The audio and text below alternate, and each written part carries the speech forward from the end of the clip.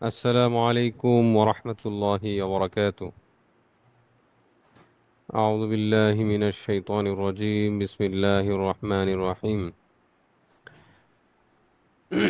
الحمد لله الذي نزه قلوب أوليائه عن الالتفات إلى زخرف الدنيا ونصرته، وصفى إسرارهم من ملاحظة غير حضرته.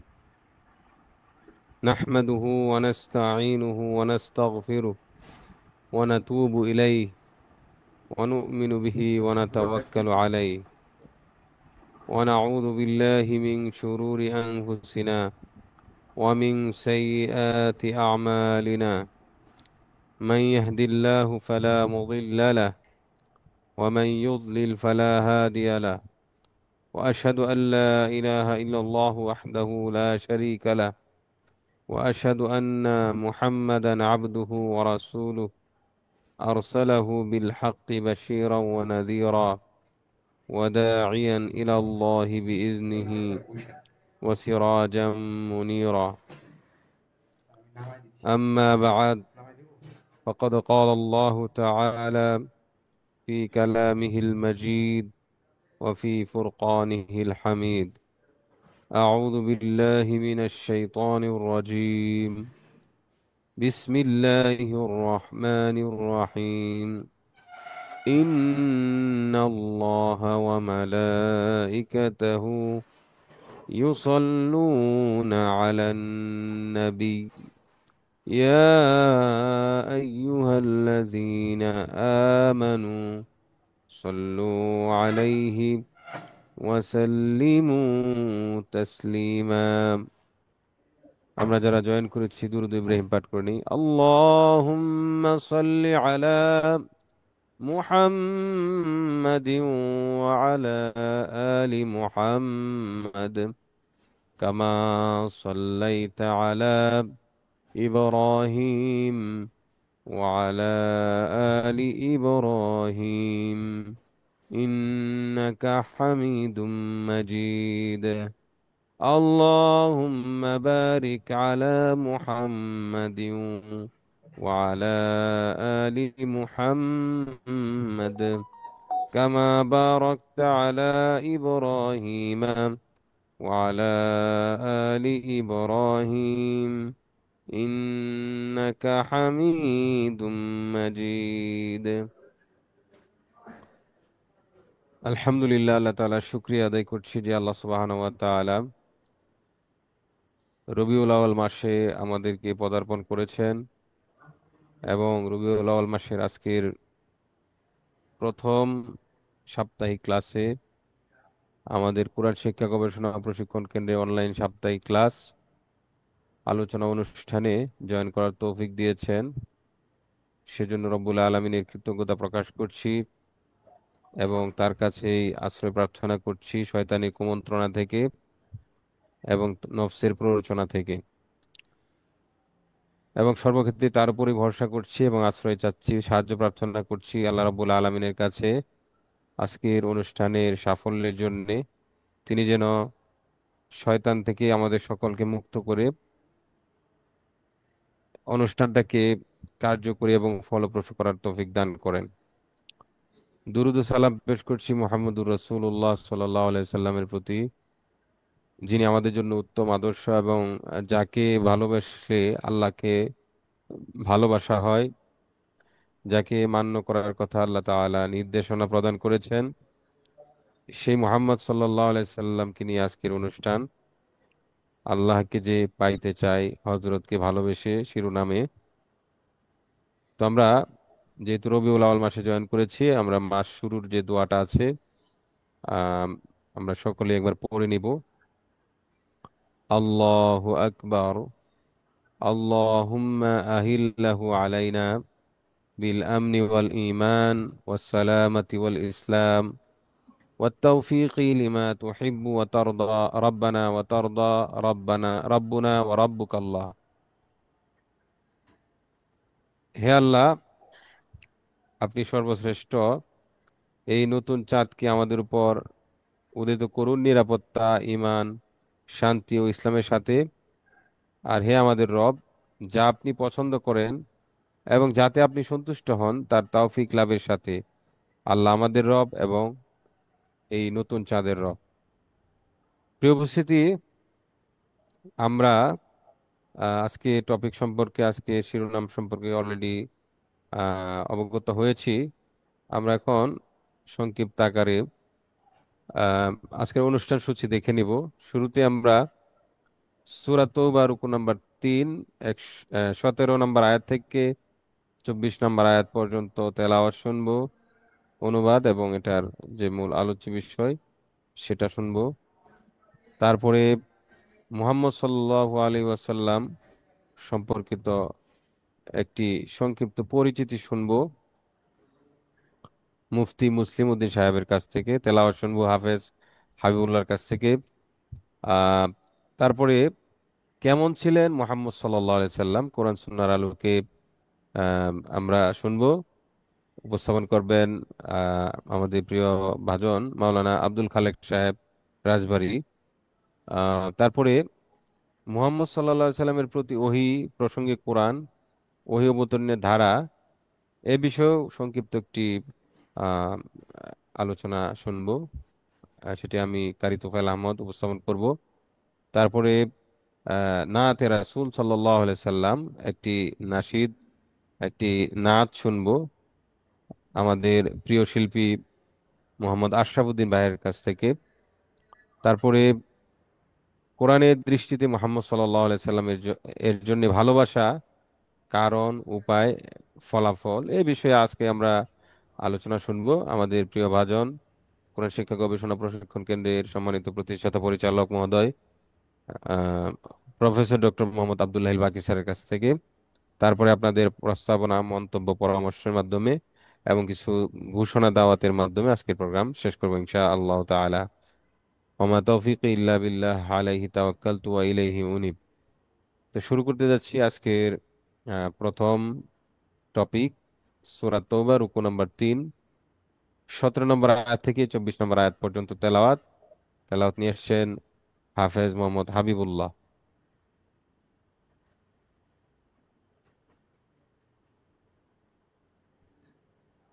আসসালামু আলাইকুম রহমতুল্লাহ।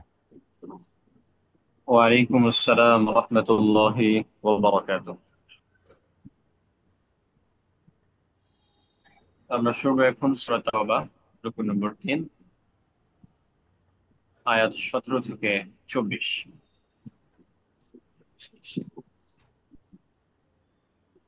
أعوذ بالله من الشيطان الرجيم. بسم الله الرحمن الرحيم. ما كان للمشركين أن يعمروا مساجد الله شاهدين على أنفسهم بالكفر، أولئك حبطت أعمالهم وفي النار هم خالدون. إنما يعمر مساجد الله من آمن بالله واليوم الآخر وأقام الصلاة وآتى الزكاة ولم يخش إلا الله، فعسى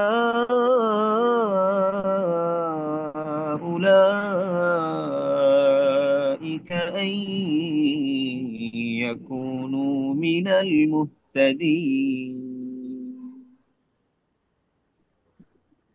أجعلتم سقاية الحاج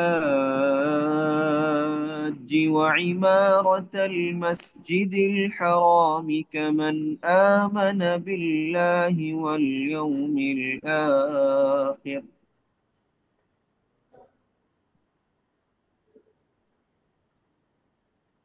واليوم الآخر وجاهد في سبيل الله لا يستوون عند الله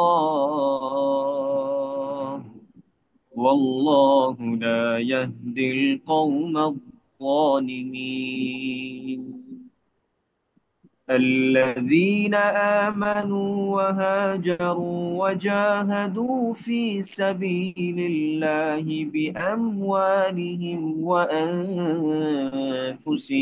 أعظم درجة عند الله وأولئك هم الفائزون.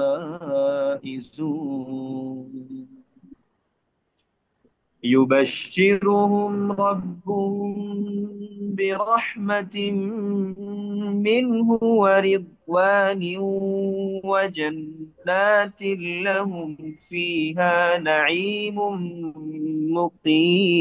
مقيم خالدين فيها أبدا إن الله عنده أجر عظيم. يا أيها الذين آمنوا لا تتخذوا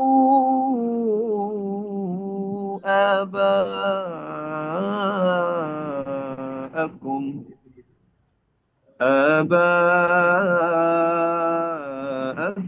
وإخوانكم أولياء إن استحبوا الكفر على الإيمان ومن يتولهم منكم فأولئك هم الظالمون. قل إن كان آباؤكم وأبناؤكم وإخوانكم وأزواجكم وعشيرتكم وأموال اقترفتموها وتجارة تخشون كسادها ومساكن ترضونها أحب إليكم من الله أحب إليكم من الله ورسوله وجهاد في سبيله فتربصوا حتى يأتي الله بأمره والله لا يهدي القوم الفاسقين. صدق الله العظيم. আলহামদুলিল্লাহ, এতক্ষণ যাবত আমরা সূরা তাওবা রুকু নম্বর ৩ ১৭ থেকে ২৪ নম্বর আয়াত পর্যন্ত তেলাওয়াত শুনেছি। আমরা এখন অনুবাদ শুনব। মুশরিকরা যখন নিজেরাই নিজেদের কুফরি স্বীকার করে তখন তারা আল্লাহর মসজিদের রক্ষণাবেক্ষণ করবে। এমন হতে পারে না তারা এমন যাদের সমস্ত কর্ম ব্যর্থ হয়েছে এবং তারা দোজখেই স্থায়ীভাবে অবস্থান করবে। তারাই তো আল্লাহর মসজিদের রক্ষণাবেক্ষণ করবে যারা ঈমান আনে আল্লাহ ও আখিরাতে এবং সালাত কায়েম করে, যাকাত দেয় এবং আল্লাহ ব্যতীত অন্য কাউকেও ভয় করে না। অতএব আশা করা যায় তারা হবে সৎ পথ প্রাপ্তদের অন্তর্ভুক্ত।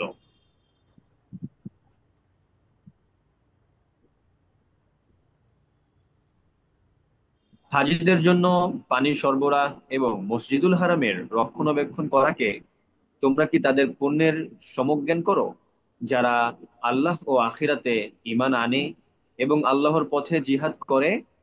আল্লাহর নিকট তারা সমতুল্য নয়। আল্লাহ জালিম সম্প্রদায়কে সৎ পথ প্রদর্শন করেন না। যারা ঈমান আনে, হিজরত করে এবং নিজেদের সম্পদ ও নিজেদের জীবন ধারা আল্লাহর পথে জিহাদ করে তারা আল্লাহর নিকট মর্যাদায় শ্রেষ্ঠ, আর তারাই সফল কাম। তাদের প্রতিপালক তাদেরকে সুসংবাদ দিতেছেন স্বীয় দয়া ও সন্তোষের এবং জান্নাতের, যেখানে আছে তাদের জন্য স্থায়ী সুখ শান্তি।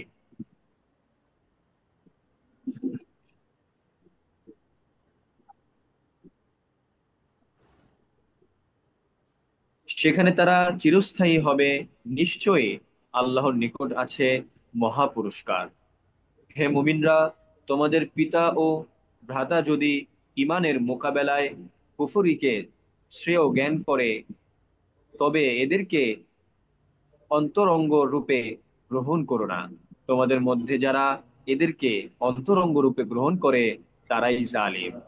বলুন, তোমাদের নিকট যদি আল্লাহ, তার রসূল এবং আল্লাহর পথে জিহাদ করা অপেক্ষা অধিক প্রিয় হয়, তোমাদের পিতা, তোমাদের সন্তান, তোমাদের ভাই, তোমাদের স্ত্রী, তোমাদের স্বগোষ্ঠী, তোমাদের অর্জিত সম্পদ, তোমাদের ব্যবসা বাণিজ্য, যার মন্দা পড়ার আশঙ্কা করো, এবং তোমাদের বাসস্থান যা তোমরা ভালোবাসো, তবে অপেক্ষা করো আল্লাহর নির্দেশ আসা পর্যন্ত।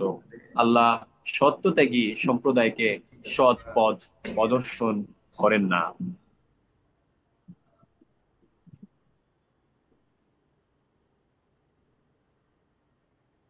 আমরা এতক্ষণ যাবৎ সূরা তওবা রুকু ৩ অনুবাদ শুনেছি।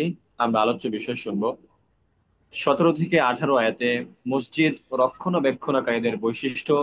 ১৯ থেকে ২২ নম্বর আয়াতে আমরা পাই আল্লাহর কাছে মর্যাদায় অধিক মহান ও সফলদের বৈশিষ্ট্য। ২৩ থেকে ২৪ আয়াতে আমরা পাই সিদ্ধান্ত দাতা গ্রহণে ও প্রিয় বিষয় নির্ধারণে মুমিনদের জন্য সতর্কতা। ওয়াখিরু দাওয়ানা আনিল হামদুলিল্লাহি রাব্বিল আলামিন। আসসালামু আলাইকুম ওয়া রাহমাতুল্লাহি ওয়া বারাকাতুহু। ওয়ালাইকুম আসসালাম রহমতুল্লাহি ওবরাকাতু। আলহামদুলিল্লাহ, আমরা এতক্ষণ পর্যন্ত শুনছিলাম সূরা তওবার রুকু নাম্বার ৩-এর তেলাওয়াত, অনুবাদ এবং আলোচ্য বিষয়। প্রিয় উপস্থিতি, মুহাম্মদ সাল্লাল্লাহু আলাইহি ওয়াসাল্লাম, যার ভালোবাসার উপর ডিপেন্ড করে ইমান, যার পরিচিতি জানা, যাকে মানার উপর পরকাল আমাদের সুন্দর, সেই মুহাম্মদ সাল্লাল্লাহু আলাইহি সাল্লামকে আমাদের ভালোভাবে জানতে হবে। যার সম্পর্কে যত বেশি জানা যায়, তাকে তত বেশি মানা যায়। তো মানতে হলে অবশ্যই আমাদেরকে জানতে হবে। এখন আমরা মুহাম্মদ সাল্লাল্লাহু আলাইহি সাল্লামের পরিচিতি জানবো। আলোচনা নিয়ে আসছেন মুফতি মুসলিম উদ্দিন সাহেব, কোরআন শিক্ষা গবেষণা ও প্রশিক্ষণ কেন্দ্রের গবেষণা বিভাগের সহকারী, মাওলানা মুফতি মুসলিম উদ্দিন সাহেব।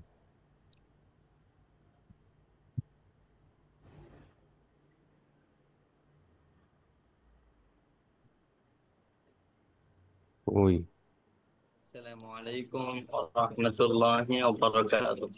ওয়ালাইকুম আসসালাম রহমতুল্লাহি ওয়া বারাকাতুহু।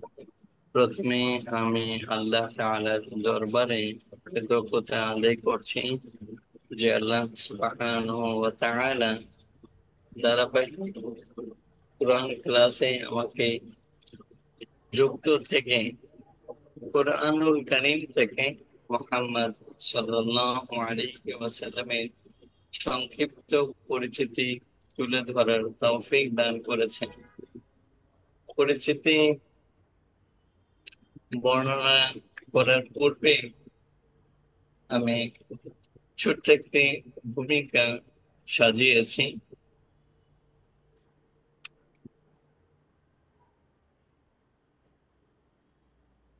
সংক্ষিপ্ত ভাবে ভূমিকা বলার পরে কোরআন থেকে শিরোনাম আকারে পরিচয় তুলে ধরবো ইনশাআল্লাহ।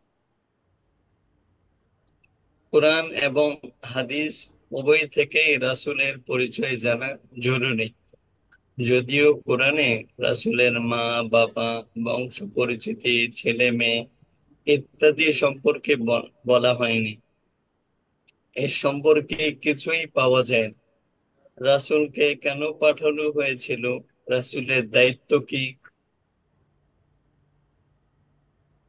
এ বিষয়ে কোরআন মুহাম্মদ সাল্লাল্লাহু আলাইহি ওয়াসাল্লামের পরিচিতি তুলে ধরেছে, যেমন তিনি একজন উপদেশদাতা, সুসংবাদ দানকারী, সতর্ককারী। তিনি তার পূর্বে নবীদের উপর নাজিলকৃত কিতাবের সত্যায়নকারী এবং তিনি কিয়ামত দিবসে সকল নবীদের পক্ষে সাক্ষ্যদাতা। তিনি শেষ নবীর মর্যাদা নিয়ে আল্লাহর পক্ষ থেকে প্রেরিত একজন রাসূল। এই পরিচয়টুকু কোরআন থেকে পাওয়া যায়।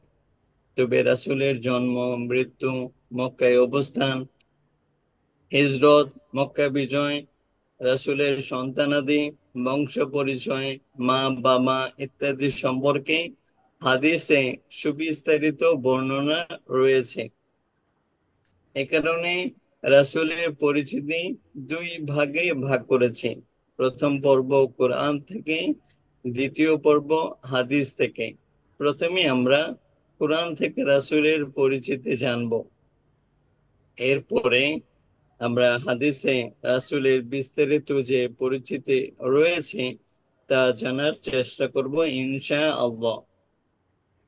আয়াতের আলোকে সংক্ষিপ্ত বিবরণে বেশ কয়েকটি শিরোনামে সাজানো কোরআন থেকে রাসূলের পরিচয় তুলে ধরছি। আল্লাহর কাছে কামনা করছি তিনি যেন আমাকে তৌফিক দান করেন। মুহাম্মদ সাল্লাল্লাহু আলাইহি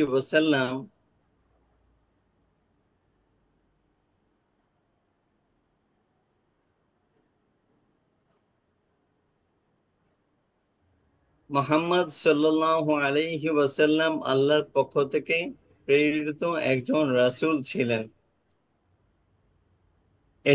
এই প্রসঙ্গে অসংখ্য বর্ণনা থেকে মাত্র 4টি রেফারেন্স নিয়ে এসেছি। যেমন 1, মুহাম্মদ একজন রাসূল মাত্র, তার পূর্বে বহু রাসূল গত হয়েছে, সুতরাং যদি তিনি মারা যান অথবা তিনি নিহত হন তবে তোমরা কি পৃষ্ঠ প্রদর্শন করবে?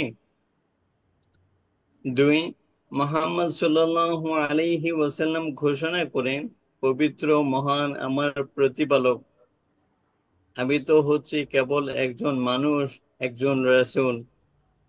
3, আমি তো আপনার প্রতি সত্য সহ কিতাব অবতীর্ণ করেছি যাতে আপনি আল্লাহ আপনাকে যা জানিয়েছেন সে অনুসারে মানুষের মধ্যে বিচার মীমাংসা করেন।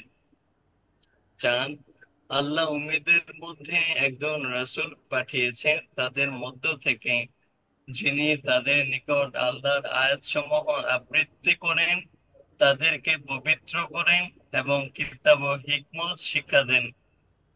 ইতিপূর্বে তো তারা ছিল ঘোর বিভ্রান্তিতে।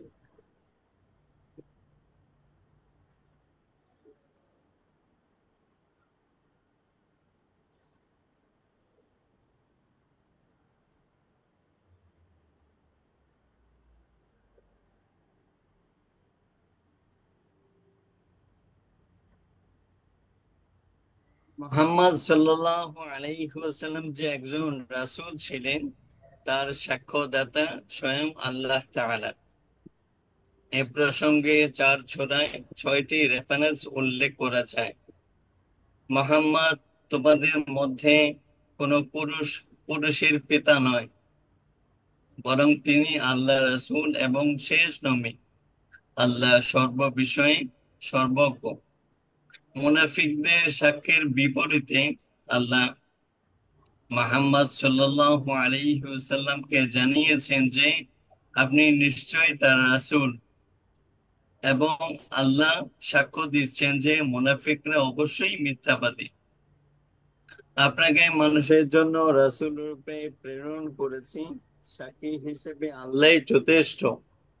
কেউ রাসূলের আনুগত্য করলে সে তো আল্লাহরই আনুগত্য করলো, এবং কেউ মুখ ফিরিয়ে নিলে আপনাকে তাদের উপর তত্ত্বাবধায়ক প্রেরণ করিনি।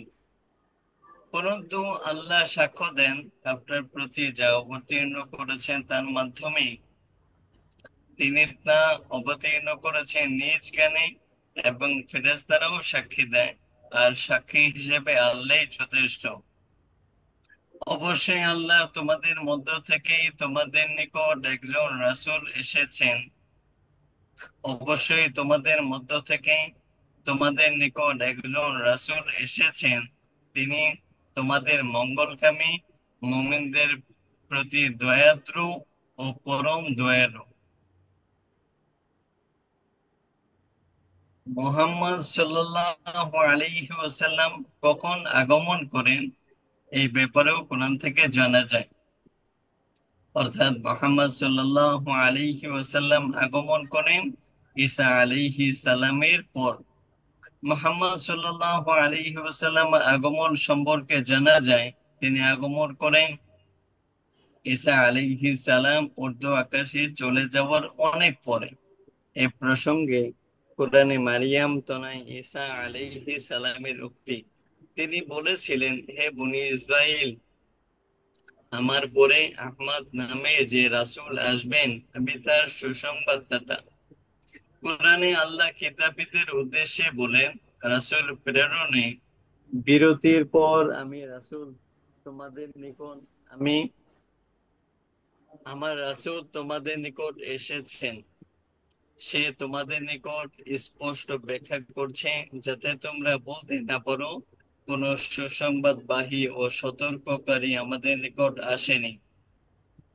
মুহাম্মদ সাল্লাল্লাহু আলাইহি ওয়াসাল্লামের কাছে কিতাবীদের দাবি, আমাদের উপাস্যগুলি শ্রেষ্ঠ না ঈসা? আল্লাহ জবাব দেন, এরা কেবল বাক বিতণ্ডার উদ্দেশ্যেই আপনাকে এ কথা বলে। কুরআন অবতীর্ণ পরাক্রমশালী পরম দয়ালু আল্লাহর নিকট থেকে, যাতে আপনি সতর্ক করতে পারেন এমন এক জাতিকে যাদের পিতৃপুরুষদেরকে সতর্ক করা হয়নি, যার ফলে তারা গাফিল। মুহাম্মদ সাল্লাল্লাহু আলাইহি ওয়াসাল্লাম ছিলেন একজন স্পষ্ট সতর্ককারী, সুসংবাদদাতা। এই প্রসঙ্গে 16টি সূরা থেকে 22টি রেফারেন্স পাওয়া যায়। আয়াতের আলোকে সংক্ষিপ্ত বিবরণ হচ্ছে, আমি তাদেরই একজনের নিকট ওহী প্রেরণ করেছি এই মর্মে যে, আপনি মানুষকে সতর্ক করেন এবং মুমিনদেরকে সুসংবাদ দিবেন, তাদের জন্য তাদের প্রতিপালকের নিকট আছে উচ্চ মর্যাদা। আপনি মুমিনদেরকে সুসংবাদ দিন যে তাদের জন্য আল্লাহর নিকট মহা অনুগ্রহ রয়েছে। তারা কি চিন্তা করে না যে তাদের সহচর আদৌ মুহাম্মদ নয়? তিনি তো এক স্পষ্ট সতর্ককারী।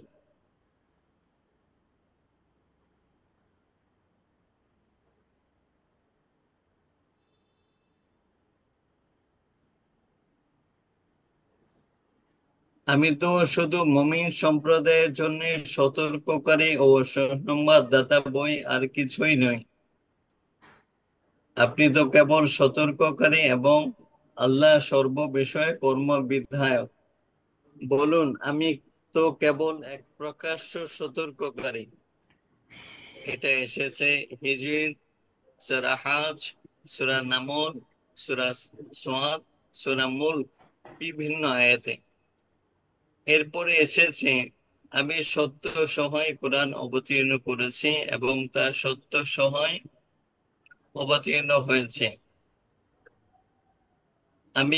আমি তো কেবল আপনাকে সুসংবাদদাতা ও সতর্ককারী রূপে প্রেরণ করেছি ইত্যাদি বিভিন্ন রেফারেন্সে রাসূল সুসংবাদদাতা ও সতর্ককারীর বিবরণ উঠে এসেছে। এরপরে হচ্ছে, মুহাম্মদ সাল্লাল্লাহু আলাইহি ওয়াসাল্লাম ছিলেন একজন দায়ী, পথ প্রদর্শক ও উপদেশদাতা। এটা আসছে 3টে সূরার 3টে রেফারেন্সে।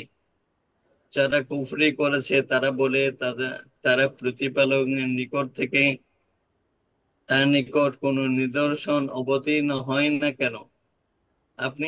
আপনি তো কেবল সতর্ককারী এবং প্রত্যেক সম্প্রদায়ের জন্য আছে পথ প্রদর্শক। আপনার প্রতি কোরআন অবতীর্ণ করেছি মানুষকে সুস্পষ্ট বুঝিয়ে দিবার জন্য, যা তাদের প্রতি অবতীর্ণ করা হয়েছে যাতে তারা চিন্তা করে। আপনি উপদেশ দিন, আপনি তো কেবল একজন উপদেশদাতা। এ পর্যায়ে রাসূলের পরিচিতির অংশ হিসেবে এসেছে মুহাম্মদ সাল্লাল্লাহু আলাইহি ওয়াসাল্লাম সকল নবীদের পক্ষে পরকালের সাক্ষ্যদাতা। এই বিষয়ে দুটি রেফারেন্স পাওয়া যায়। এক, আল্লাহ মুহাম্মদ সাল্লাল্লাহু আলাইহি ওয়াসাল্লামকে পাঠিয়েছেন সাক্ষী রূপে এবং সুসংবাদদাতা ও সতর্ককারী রূপে। দুই, আল্লাহ সেদিন প্রত্যেক সম্প্রদায়ে তাদেরই মধ্য থেকে তাদের বিষয়ে একজন সাক্ষী উত্থিত করবেন এবং মুহাম্মদ সাল্লাল্লাহু আলাইহি ওয়াসাল্লামকে আনবেন তাদের বিষয়ে সাক্ষী রূপে। মুহাম্মদ সাল্লাল্লাহু আলাইহি ওয়াসাল্লাম আল্লাহর সমর্থন ও সত্যায়ন প্রাপ্ত। এই প্রসঙ্গেও 3 সূরায় 7 আয়াত পাওয়া যায়। আমি সংক্ষেপ করছি সময় সময়ের সংকুলনের কারণে।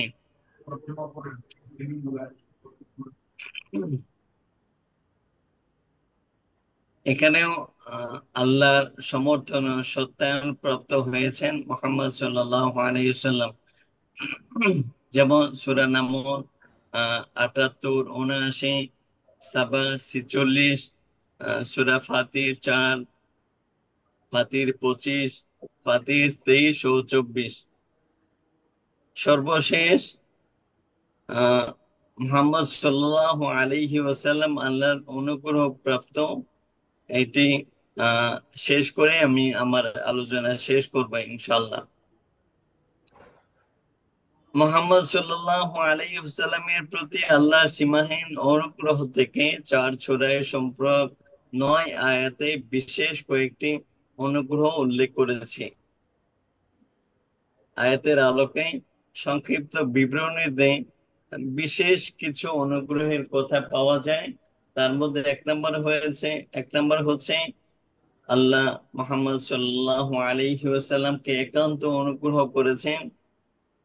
তিনি এতিম অবস্থায় ছিলেন, আশ্রয় দিয়েছেন, পথ দেখিয়েছেন, অভাব মুক্ত করিয়েছেন, তার কল্যাণে তার বক্ষ উন্মোচন করেছেন, তার সমস্ত কষ্টের ভার অপসারণ করেছেন, তার খ্যাতিকে উচ্চ মর্যাদা দান করেছেন এবং সর্বশেষ বিশ্বের যে অনুগ্রহ মুহাম্মদ সাল্লাল্লাহু আলাইহি ওয়াসাল্লামকে দান করেছেন তা হচ্ছে হাউজে কাউসার। এরকম ছিল কোরআন থেকে মুহাম্মদ সাল্লাল্লাহু আলাইহি ওয়াসাল্লামের শিরোনাম আকারে কয়েকটি পরিচিতি। আল্লাহ তাআলা আমাদেরকে ভালোভাবে জানার ও বোঝার তৌফিক দান করেন। ওয়া আখিরু দাওয়ানা আলহামদুলিল্লাহি রাব্বিল আলামিন।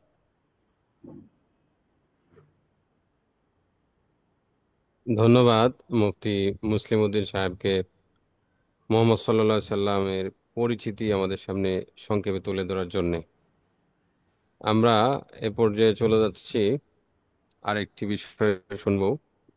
কেমন ছিলেন মুহাম্মদ সাল্লাল্লাহু আলাইহি ওয়াসাল্লাম? কোরআন সুন্নাহর আলোকে উপস্থাপন করবেন মাওলানা আব্দুল খালেক রাজবাড়ী। আসসালামু আলাইকুম ওয়া রাহমাতুল্লাহ। ওয়ালাইকুম আসসালাম ওয়া রাহমাতুল্লাহি ওয়া বারাকাতুহু। আলহামদুলিল্লাহি রাব্বিল আলামিন ওয়াসসালাতু ওয়াসসালামু আলা রাসূলিহিল কারীম ওয়া আলা আলিহি ওয়া আসহাবিহি আজমাইন। সমস্ত প্রশংসা মহান রব্বুল আলামিন আল্লাহ তাআলার জন্য। দুরূদ ও সালাম আমাদের প্রিয় নবী সাইয়্যিদুল মুরসালিন রাহমাতুল লিল আলামিন হযরত মুহাম্মদ মুস্তাফা সাল্লাল্লাহু আলাইহি ওয়াসাল্লামের উপর। সম্মানিত স্যার আছেন এখানে আমাদের কোরআন শিক্ষা গবেষণা প্রশিক্ষণ কেন্দ্রের, এবং আর যারা দিনী ভাই বোন আছেন সবাইকে সবার জন্য দোয়া করে আমার সংক্ষিপ্ত কথা শুরু করছি। মূলত আমি একটু ঠান্ডাজনিত কারণে অসুস্থ আছি, তবুও স্যার আমাকে একটু দায়িত্ব দিয়েছিলেন।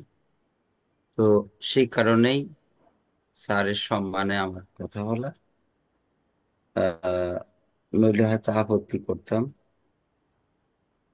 তো শুরু করছি যে কোরআনের আলোকে কেমন ছিলেন আমাদের প্রিয় নবী মুহাম্মদুর রাসূলুল্লাহ সাল্লাল্লাহু আলাইহি ওয়াসাল্লাম। মূলত আমরা এই পর্যন্ত আমাদের মুফতি সাহেবের কাছ থেকে কোরআনের আলোকে ওনার মহানবী সাল্লাল্লাহু আলাইহি ওয়াসাল্লামের পরিচিতি সম্পর্কে আমরা সম্যক ধারণা পেয়েছি। তো মহানবী সাল্লাল্লাহু আলাইহি ওয়াসাল্লামের জীবন এক মহাসমুদ্র। কেউ যদি মহাসমুদ্রের পানি কোনো চামচ, গ্লাস, বালতি ইত্যাদি দিয়ে পরিমাপ করতে চায়, সেটা যেমন অসম্ভব, তেমনি ভাবে মহানবী সাল্লাল্লাহু আলাইহি সাল্লামের জীবনের যে বিভিন্ন দিক কোনো মানুষের পক্ষে, সাধারণ মানুষের পক্ষে আলোচনা করা সেই রকম আর। তো আমি সংক্ষিপ্ত আকারে কোরআনের আলোকে কয়েকটা আয়াতের উদ্ধৃতি দিয়ে আহ, শেষ করব ইনশাআল্লাহ। প্রথমত, আহ, আমাদের প্রিয় নবীজি ছিলেন, যেহেতু কেমন ছিলেন নবী, কেমন ছিলেন, কাইফা কানা রাসূলুল্লাহ সাল্লাল্লাহু আলাইহি ওয়াসাল্লাম, কেমন ছিলেন, তার পরিচয় আমরা আল্লাহর কাছ থেকে জানতে চাই, যেটা কোরআন থেকে আমরা জেনেছি, আল্লাহর কাছেই পেয়েছি। যে এক কথায় যত ধরনের সুন্দর মানবিক গুণাবলী কোনো মানুষের ভিতর থাকতে পারে, তার সর্বোচ্চ পর্যায়ে আল্লাহ তাআলা আমাদের প্রিয় নবীজিকে দিয়েছিলেন। এবং কোরআন শরীফের সূরা কলমের 4 নম্বর আয়াতে মহান আল্লাহ তাআলা তার প্রশংসা করে বলেছেন, ইন্নাকা আলা খুলুকিন আজিম, হে আমার নবীজি, আপনি মহান চরিত্রের, সুমহান চরিত্রের অধিকারী। এই আয়াত থেকেই বোঝা যায় যে তার আহ চরিত্র কেমন ছিল। এবং প্রসঙ্গক্রমে হজরতে মা আয়েশা রাদিয়াল্লাহু তাআলা আনহার কাছে এক সাহাবী জিজ্ঞেস করেছিলেন যে আমাদের রসূলের চরিত্র কেমন ছিল। তিনি বলেছিলেন যে তোমরা কি কোরআন পাঠ করো নাই? কানা খুলুকুহুল কোরআন, এই কোরআনের যে প্রতিচ্ছবি সেটাই হলো মহানবীর চরিত্র। অর্থাৎ কোরআনে যা বলা হয়েছে, তিনি ছিলেন জীবন্ত কোরআন। তারপর আমরা যে সময় তিনি এসেছিলেন এই ধরাধামে, সেই সময়ের অবস্থা সম্পর্কে কোরআনে আল্লাহ তাআলা বলেছেন, অকুনতুম আলা সাফরাতিন, আলা সাফা হুফরাতিন মিনান নার ফা আনকাযাকুম মিনহা। তোমরা ছিলে, হে বিশ্ববাসী, আল্লাহ বলছেন, হে বিশ্ববাসী, তোমরা ছিলে জাহান্নামের একদম কিনারায়, আর আমার নবীজি তোমাদেরকে সেই জাহান্নামের কিনারা থেকে রক্ষা করেছে। তার চরিত্র, তিনি যে রহমাতুল্লিল আলামিন, এ সম্পর্কে আল্লাহ তাআলা বলছেন, ফাবিমা রহমাতিম মিনাল্লাহ লিনতা লাহুম ওয়ালাউ কুনতা ফাজ্জান গালিজাল কলবি লানফাজ্জু মিন হাওলি। আলে ইমরান 159। আল্লাহ বলেন, যেটা আমি আল্লাহরই বিশেষ অনুগ্রহ এবং রহমত, যে হে আমার নবীজি, আপনি তাদের প্রতি যে নরম এবং দয়াদ্র আচরণ করেন। আপনি যদি কঠোর মনের অধিকারী হতেন বা কঠোর আচরণ করতেন, তাহলে তারা আপনার কাছ থেকে সরে যেত, আপনার পাশ থেকে সরে যেত। এবং আল্লাহ তাআলা নবীজিকে আরো নির্দেশ দিয়েছেন যে ফাফু আনহুম ওয়াস্তাগফির লাহুম ওয়াশাবিরহুম ফিল আমর। অতএব হে আমার নবীজি, আপনি তাদের ভুল ত্রুটি মার্জনা করুন, তাদের জন্য ইস্তেগফার করুন, ক্ষমা প্রার্থনা করুন, এবং যে কোনো কাজে তাদের সাথে পরামর্শ করুন। এবং আমি সংক্ষেপে বলছি, সবাই আর পুরোটা না বলে। এবং আপনি যখন কোনো কাজ করার জন্য সিদ্ধান্ত গ্রহণ করেন, তখন আপনি আল্লাহর উপর ভরসা করুন। আল্লাহর উপর ভরসাকারীদেরকে তিনি পছন্দ করেন। তেমনি ভাবে আল্লাহর রসুল আমাদের জন্য আদর্শ, যে আদর্শকে গ্রহণ করলে আমরা ইহকালে শান্তি এবং পরকালীন মুক্তি লাভ করতে পারি। এ প্রসঙ্গে আল্লাহ তাআলা বলছেন, লাকাদ কানা লাকুম ফি রাসূলিল্লাহি উসওয়াতুন হাসানাহ, নিশ্চয় তোমাদের জন্য আমার রসুলের জীবনে রয়েছে উত্তম আদর্শ। এরপর আমি মহানবী সাল্লাল্লাহু আলাইহি ওয়াসাল্লাম যে সত্য ও ন্যায়ের দিশারি ছিলেন এবং যাকে অনুসরণ করা আমাদের অপরিহার্য, এ ব্যাপারে কোরআন শরীফের কয়েকটা উদ্ধৃতি পেশ করছি। আল্লাহ তাআলা বলছেন, কদ জাআকুম মিনাল্লাহি নূরুন ওয়া কিতাবুম মুবিন। আল্লাহ বলছেন যে নিশ্চয় তোমাদের কাছে আল্লাহর পক্ষ থেকে এসেছে নূর বা জ্যোতি এবং একটা সুস্পষ্ট কিতাব। এখানে নূর বা জ্যোতি বলতে আমাদের প্রিয় নবীজিকে আল্লাহ তাআলা বুঝিয়েছেন। অন্য আয়াতে আল্লাহ তাআলা বলছেন, ইয়া আইয়ুহান নাবিয়্যু ইন্না আরসালনাকা শাহিদাও ওয়া মুবাশশিরাও ওয়া নাযীরা ওয়া দাইয়ান ইলাল্লাহি বিইজনিহি ওয়া সিরাজাম মুনীরা। এই আয়াতে আল্লাহ তাআলা বলছেন যে, হে আমার নবীজি, আমি অবশ্যই আপনাকে সাক্ষী রূপে, সুসংবাদদাতা রূপে এবং আহ সতর্ককারী হিসেবে, আল্লাহর দিকে আহ্বানকারী হিসেবে এবং আলোকিত প্রদীপ হিসেবে প্রেরণ করেছি। সূরা আহজাব ৪৫ নম্বর আয়াত। আল্লাহ তাআলা তার যে আগমনের উদ্দেশ্য সম্পর্কে এবং তিনি যে আল্লাহর বাণী ছাড়া অন্য কিছু বলেন না, এটার প্রমাণস্বরূপ আল্লাহ তাআলা বলছেন, ওমা ইয়ানতিকু আনিল হাওয়া ইন হুয়া ইল্লা ওয়াহয়ু ইউহা। আমার নবী মন গড়া নিজের পক্ষ থেকে কোনো কথাই বলেন না, যা কিছু তিনি বলেন তা তার কাছে ওহী হিসেবে আমি প্রেরণ করেছি বলে। আল্লাহ তাআলা আরো বলেন, ওয়ালাকাদ বাআসনা ফি কুল্লি উম্মাতিন রাসূলা আন ইবুদুল্লাহ ওয়াজতানিবুত তাগুত। আমি প্রত্যেক সম্প্রদায়ের উপরে উম্মতের কাছে রাসূল প্রেরণ করেছি, এজন্য যে এই নির্দেশ দিয়ে যে তিনি মানুষকে এই মর্মে ডাকেন যে তোমরা আল্লাহর ইবাদত করো এবং তাগুত থেকে তোমরা দূরে থাকো। আল্লাহ তাআলা আরো বলছেন একটা সূরার শুরুতে, সূরা আহ আলিফ লাম র, তিল কিতাবুন কিতাবুন আনসালা ইলাইকা লিতুখরিজান নাসা মিনাজ জুলুমাতি ইলান নূর। এই আয়াতে আল্লাহ তাআলা বলছেন যে আহ আমি কিতাব নাজিল করেছি এবং আপনাকে এই মর্মে নির্দেশ দিয়েছি যে আপনি মানুষকে অন্ধকার থেকে, অন্ধকারের সেই কালিমা থেকে নূর, আলোর দিকে আপনি তাদেরকে বের করে আনবেন। আল্লাহ আরো নির্দেশ দিচ্ছেন, মা আতাকুমুর রাসূলু ফাখুযুহু ওয়া মা নাহাকুম আনহু ফান্তাহু। সূরা হাশরের ৭ নম্বর আয়াত। হে আমার, হে দুনিয়ার, হে বিশ্ববাসী, আমার রসূল তোমাদের কাছে যা কিছু নিয়ে এসেছেন তোমরা সেটাকে গ্রহণ করো এবং তিনি যা নিষেধ করেছেন সেগুলো থেকে তোমরা বিরত থাকো। আল্লাহ বলেন, উদু ইলা সাবিলি রব্বিকা বিল হিকমাতি ওয়াল মাউইজাতিল হাসানা। সূরা নাহল ১২৫। হে আমার নবীজি, আপনি আপনার রবের দিকে মানুষকে আহ্বান করুন হিকমত এবং প্রজ্ঞা দিয়ে এবং উত্তম নসিহাতের মাধ্যমে। মাউইজাতুল হাসানা বলতে এখানে আল্লাহর বাণীকে বোঝানো হয়েছে, কোরআনকে বোঝানো হয়েছে। এরপর আমি নবীজির আর একটা বৈশিষ্ট্য সম্পর্কে কয়েকটা আয়াতের উদ্ধৃতি দিচ্ছি।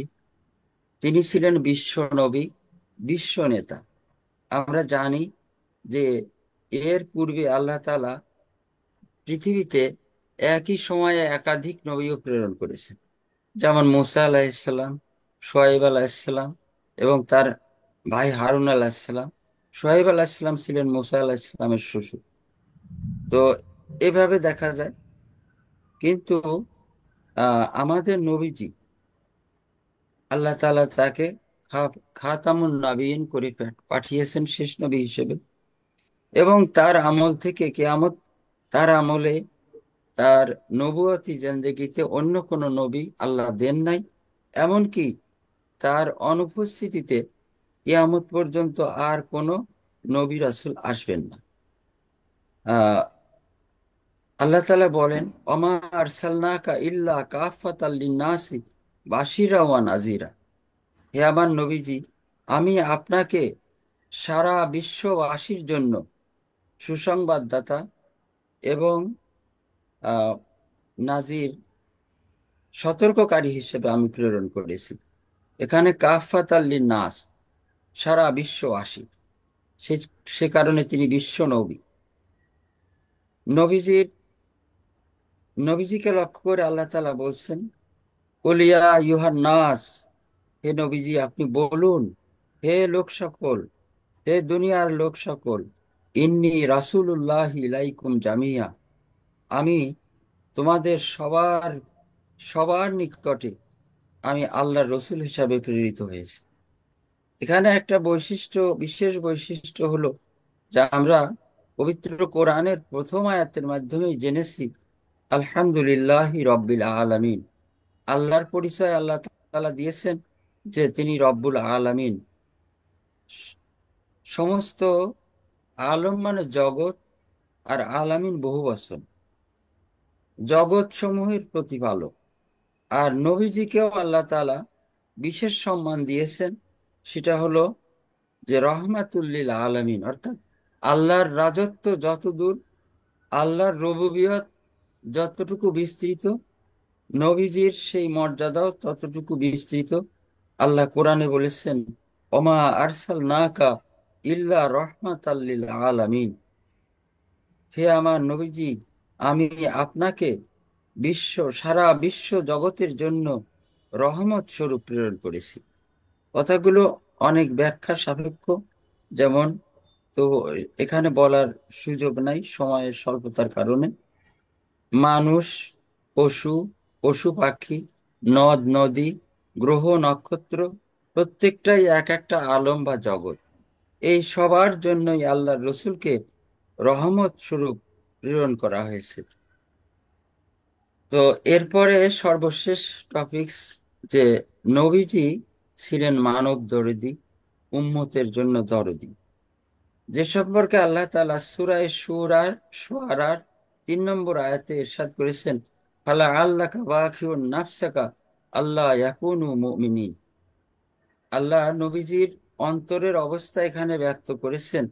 হে আমার নবীজি, তারা যে মুমিন হয় না, আপনি যাদেরকে দাওয়াত দিচ্ছেন সবাই হয়তো ঈমান আনছে না, এই কারণে আপনি আপনার নিজেকে আহ নিঃশেষ করে দেওয়ার মতো আপনি, মানে চিন্তা ভাবনা আপনার এতই, এ নিয়ে এতই ব্যথা বেদনা নিয়ে আসেন যে আপনি আত্মহত্যা করার জন্য আহ আপনি আত্মহত্যা করার জন্য, কি বলবো, বাকি ওর নাফসাকে প্রস্তুতি নিয়েছেন। তো এবং আরেকটা আয়াতে আল্লাহ তাআলা সূরা তওবার 128 নম্বর আয়াতে আল্লাহ তাআলা বলছেন, যেটা আগেই উদ্ধৃত করা হয়েছে, লাকাদ জাআকুম রাসূলুম মিন আনফুসিকুম আজিজুন আলাইহি মা আনিতুম হারিসুন আলাইকুম বিল মুমিনিনা রাউফুর রাহিম। এখানে শেষের অংশটুকু বলছে যে তিনি আল্লাহর ঘোষণা মতো মুমিনদের প্রতি তিনি খুবই আহ, দয়ালু এবং তাদের প্রতি খুবই মমতাময়। এরপর আল্লাহ তাআলা আরেকটা আয়াতে ঘোষণা করছেন, লাকাদ মান্নাল্লাহু আলাল মুমিনিনা ইয বাআসা ফীহিম রাসূলাম মিন আনফুসিহিম ইয়াতলু আলাইহিম আয়াতিহি ويزكيهم ويعلمهم الكتاب والحكمة وإن كانوا من قبل لفي ضلال مبين। আল্লাহ তাআলা এখানে, আমি ভাবার্থ বলছি, যে আল্লাহ ঘোষণা করছেন যে মুমিনদের প্রতি আল্লাহ তাআলা বিশেষ আহ, রহমত করেছেন, দয়া করেছেন, অনুগ্রহ করেছেন, যে তাদের মধ্য থেকেই তিনি একজন রসূল প্রেরণ করেছেন কয়েকটা দায়িত্ব দিয়ে, যে তিনি আল্লাহর আয়াত তেলাওয়াত করে শোনান, তাদেরকে পবিত্র করেন, তাদেরকে কিতাব শিক্ষা দেন, প্রজ্ঞা শিক্ষা দেন, হিকমত শিক্ষা দেন। যদিও তোমরা এর পূর্বে আহ সুস্পষ্ট গোমরাহির ভিতরে ছিলে। আমি আরেকটা আয়াত দিয়ে শেষ করব। সূরায়ে দুহার একটা আয়াতে আল্লাহ তাআলা বলছেন, ওয়ালা সাওফা ইউতিকা রব্বুকা ফাতারদা। আল্লাহ বলছেন, হে আমার নবীজি, অতি সত্বর আপনাকে আপনার রব এমন কিছু দান করবেন যাতে আপনি খুশি হয়ে যাবেন।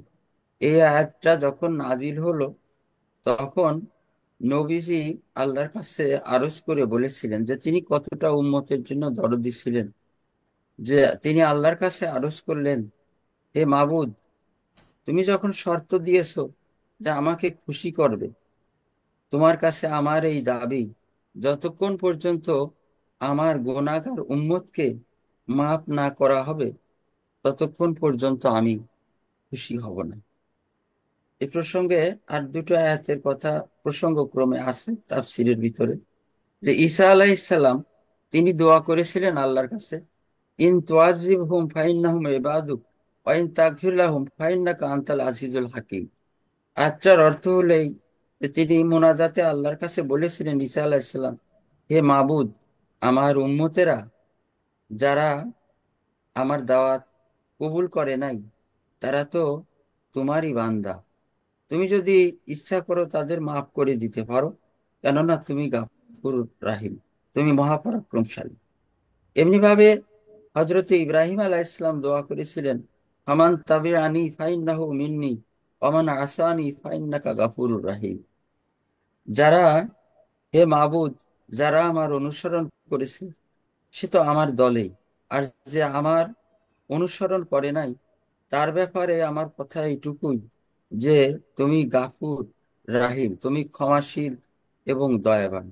নবীজি একদিন এই দুটো আয়াত তেলাওয়াত করে চোখের পানি ফেলে কাঁদতে লাগলেন, আল্লাহুম্মা উম্মাতি উম্মাতি। আল্লাহ তাআলা জিবরাইল আলাইহিস সালামকে পাঠালেন যে আমার হাবিব কাঁদেন কেন, একটু শুনে আসো, যদিও আমি জানি।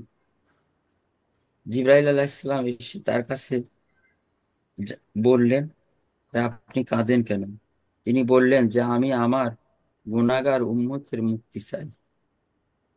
আল্লাহর কাছে যখন হযরত জিবরাইল আলাইহিস সালাম এই কথা জানালেন, আল্লাহ তাআলা বললেন, হে জিবরাইল, যাও আমার হাবিবকে জানিয়ে আসো যে তার কিয়ামতের দিবসে তার উম্মতের ব্যাপারে আমি তাকে অসন্তুষ্ট রাখবো না।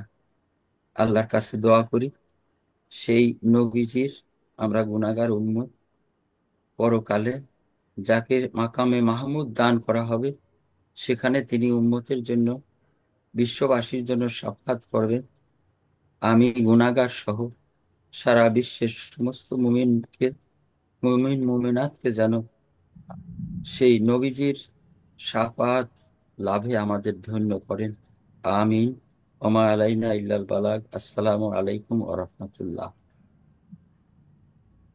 ওয়ালাইকুম আসসালাম রহমতুল্লাহি ওবরাকাতু। ধন্যবাদ আব্দুল খালেক ভাইকে। মোহাম্মদ সাল্লাল্লাহু আলাইহি সাল্লামের কেমন ছিলেন মোহাম্মদ সাল্লাল্লাহু আলাইহি সাল্লাম এই বিষয়ে আলোচনা উপস্থাপন করার জন্য। এখন আমরা আহ, মোহাম্মদ সাল্লাল্লাহু আলাইহি সাল্লামের প্রতি ওহী প্রসঙ্গে কোরআন এবং ওহী অবতীর্ণের ধারা এই বিষয়ে সংক্ষিপ্ত একটু আলোচনা শুনবো, যা খুবই গুরুত্বপূর্ণ একটি টপিক। মানুষের জীবন সঠিকভাবে পরিচালনার জন্য আল্লাহ তাআলা নবী রাসূলদের কাছে বিধান, গাইডলাইন পাঠিয়েছেন। নবী রাসূলরা সে জীবন বিধান মানুষের কাছে পৌঁছে দেন। আর এই বিধানকে আমরা শরীয়তের পরিভাষায় ওহী বুঝে থাকি কোরআনের ভাষায়। ওহী এর শাব্দিক অর্থ হলো গোপনে দ্রুত ইঙ্গিত করা। আল্লাহর পক্ষ থেকে জিবরাইল আলাইহিস সালামের মাধ্যমে মহানবী হযরত মুহাম্মদ সাল্লাল্লাহু আলাইহি ওয়াসাল্লামের কাছে যে বিধান নাজিল হয়েছে তাকে ওহী বলা হয়। আমরা সংক্ষেপে একটু ওহীর প্রকারভেদটা জেনে নিব। ওহী দু প্রকার। ওহী মাতলু, যা তেলাওয়াত করা হয়, তেলাওয়াত থেকে মাতলু, অর্থাৎ যেটা তেলাওয়াত করে, যেমন আল কোরআন। একটা হচ্ছে ওহী গায়রে মাতলু, যেটা তেলাওয়াত করা হয় না, নামাজে পাঠ করা হয় না, এমন ওহী যা কর্মের মাধ্যমে অনুসরণ করা হয়, যেমন সুন্নতে রাসূল সাল্লাল্লাহু আলাইহি সাল্লাম, অর্থাৎ রাসূল সাল্লাল্লাহু আলাইহি সাল্লামের পবিত্র হাদিস সমূহ। তাহলে এক প্রকারের ওহী আমরা তেলাওয়াত করি যেটা কোরআন, আরেক প্রকারের ওহী আমরা মানি, অনুসরণ করি, কিন্তু নামাজে তেলাওয়াত করি না, এই জন্য ওহী গায়রি মাতলু বলা হয়। প্রথম প্রকারের ওহী রাসূল সাল্লাল্লাহু আলাইহি সাল্লামের উপর সরাসরি নাজিল হতো এবং তার কাছে উপস্থিত লোকজন তা উপলব্ধি করতে পারতেন। কিন্তু দ্বিতীয় প্রকারের ওহী যেটা হাদিস, তার উপর রাসূল সাল্লাল্লাহু আলাইহি সাল্লামের উপর প্রচ্ছন্নভাবে নাজিল হতো এবং অন্যরা তা উপলব্ধি করতে পারতো না। যেমন রাসূল সাল্লাল্লাহু আলাইহি সাল্লাম একটা হাদিসে উল্লেখ করেছেন, ইন্না রূহাল কুদুসি নাফাসা ফি রূঈ। রুহুল কুদুস অর্থাৎ জিবরাইল আলাইহিস সালাম আমার হৃদয়ে প্রক্ষিপ্ত করেছেন, অর্থাৎ আমার হৃদয়ে, আমার অন্তরে এটা আহ ইলকা ইলহাম করেছেন, যেটা আমি পরবর্তীতে তোমাদের সামনে উপস্থাপন করেছি। ওহী প্রকৃতি, প্রকারভেদ সম্পর্কে বিখ্যাত মুফাসসির আল্লামা ইবনে কাইয়ুম রাহিমাহুল্লাহ আলোচনা করেছেন যে ওহীর ধরনগুলা কিরকম, যেটা বুখারী শরীফের একেবারে যে শুরু, বাবু বাদিউল কাইফা কানা বাদিউল ওহী ইলা রাসূলিল্লাহি সাল্লাল্লাহু আলাইহি সাল্লাম, প্রথম যে অধ্যায় বুখারী শরীফের, রাসূল সাল্লাল্লাহু আলাইহি সাল্লামের কাছে ওহীর আগমন কিভাবে হয়েছিল সেখানেও এই বিষয়ে আলোচনা হয়েছে। বিস্তারিত আলোচনা সেখানে আছে। যেমন এক প্রকার ওহী সত্য স্বপ্ন, স্বপ্নের মাধ্যমে নবী সাল্লাল্লাহু আলাইহি সাল্লামের উপর ওহী অবতীর্ণ হতো। দুই নাম্বার, ফিরিস্তা দেখা না দিয়ে, অর্থাৎ অদৃশ্য অবস্থান থেকে রাসূল সাল্লাল্লাহু আলাইহি সাল্লামের অন্তরে ওহী প্রবেশ করিয়ে দিতেন। এ প্রসঙ্গে নবী করিম সাল্লাল্লাহু আলাইহি সাল্লাম বলেছেন, যেমন জিবরাইল আলাইহিস সালাম আমার অন্তরে এ কথা নিক্ষেপ করলেন যে কোনো আত্মা সে পর্যন্ত মৃত্যুবরণ করবে না যে পর্যন্ত তার ভাগ্য যতটুকু খাদ্যের বরাদ্দ রয়েছে পুরোপুরিভাবে তা পেয়ে না যাবে। অতএব তোমরা আল্লাহকে সমীহ করো এবং রুজি অন্বেষণের জন্য ভালো পথ অবলম্বন করো। রুজি প্রাপ্তিতে বিলম্ব হওয়ায় তোমরা আল্লাহর অসন্তোষের পথ অন্বেষণে যেন উদ্বুদ্ধ না হয়, কারণ আল্লাহর নিকট যা কিছু রয়েছে তা তার আনুগত্য ছাড়া পাওয়া দুষ্কর। এটা আল্লাহ রাসূল সাল্লাল্লাহু আলাইহি সাল্লামের কাছে জিবরাইল ওহী করেছেন। আচ্ছা, এরপর তৃতীয় প্রকারের যে ওহী অবতীর্ণের সিস্টেম, সেটা হলো ফিরিস্তা মানুষের আকৃতি ধারণ করে নবী করিম সাল্লাল্লাহু আলাইহি সাল্লামকে সম্বোধন করতেন। তারপর তিনি যা কিছু বলতেন নবী করিম সাল্লাল্লাহু আলাইহি সাল্লাম তা মুখস্থ করে নিতেন। এ সময় সাহাবীরা ফেরেশতাদেরকে, অর্থাৎ মানুষ আকৃতিতে যেহেতু আসতেন, দাহিয়া কালবি, উনি ওনার সুরত ধরে বেশি আসতেন, দেখতে পেতেন। চতুর্থ প্রকারে ওহী অবতীর্ণ হওয়ার সময় নবী সাল্লাল্লাহু আলাইহি সাল্লামের কাছে ঘন্টার যে ঠুনঠুনি আওয়াজ, এই ঠুনঠুনি ধ্বনির মতো ধ্বনি শোনা যেত। ওহী নাজিলের এটা ছিল সবচাইতে কঠিন অবস্থা। টুনটুন ধ্বনির সংকেত প্রকাশ করতে করতে ফিরিস্তা নিয়ে ওহী নিয়ে আগমন করতেন এবং নবী সাল্লাল্লাহু আলাইহি সাল্লামের সঙ্গে সাক্ষাৎ করতেন। ওহী নাজিলের সময় কঠিন শীতের দিনেও দেখা যেত রাসূল সাল্লাল্লাহু আলাইহি সাল্লামের কপাল থেকে ঘাম ঝরতে থাকতো। তিনি উটের উপর আরোহণ অবস্থায় থাকলে উট বসে যেত, এত ভারী ছিল ওহির বিষয়টা। পঞ্চম নম্বরে মহানবী সাল্লাল্লাহু আলাইহি সাল্লাম ফিরিস্তাকে কোনো কোনো সময় নিজস্ব জন্মগত আকৃতিতে প্রত্যক্ষ করতেন, অর্থাৎ ফিরিস্তার মূল আকৃতিতে দেখতেন এবং আল্লাহর ইচ্ছায় সেই অবস্থাতেই তিনি তার কাছে ওহী নিয়ে আগমন করতেন। নবী সাল্লাল্লাহু আলাইহি সাল্লামের এরকম অবস্থা দুবার ঘটেছিল, যা আল্লাহ তাআলা সূরা নাজমে উল্লেখ করেছেন। ছয় নম্বরে মিরাজে মিরাজের রাতে রাসূল সাল্লাল্লাহু আলাইহি সাল্লাম যখন ঊর্ধ্ব আকাশে গমন করেছিলেন, সে সময় আল্লাহ তাআলা নামাজ এবং অন্যান্য বিষয় সম্পর্কে সরাসরি হুকুমের মাধ্যমে ওহীর ব্যবস্থা করেছিলেন, যেটা বিশ্ববিখ্যাত সিরাতের কিতাব আর রাহিকুল মাকতুমে উল্লেখ করা হয়েছে। ওহী অবতীর্ণের ধারা, যে কখন কোন আয়াত কিভাবে অবতীর্ণ হয়েছে, এই ব্যাপারেও বিস্তারিত আলোচনা আমি সংক্ষেপে আপনাদের সামনে একটু জাস্ট একটু উল্লেখ করতে যাচ্ছি। প্রথমত আল্লাহ তাআলা পুরো কোরআন লাউহে মাহফুজ থেকে দুনিয়ার আকাশে বাইতুল ইজ্জত নামক স্থানে নাজিল করেন, যেটা আমরা সূরা কদরে ইন্না আনজালনাহু ফি লাইলাতিল কদর এই আয়াতের তাফসীরে দেখতে পাই। মহান আল্লাহ বলেন, এটা আমরা কদমের মধ্যে বললাম অলরেডি।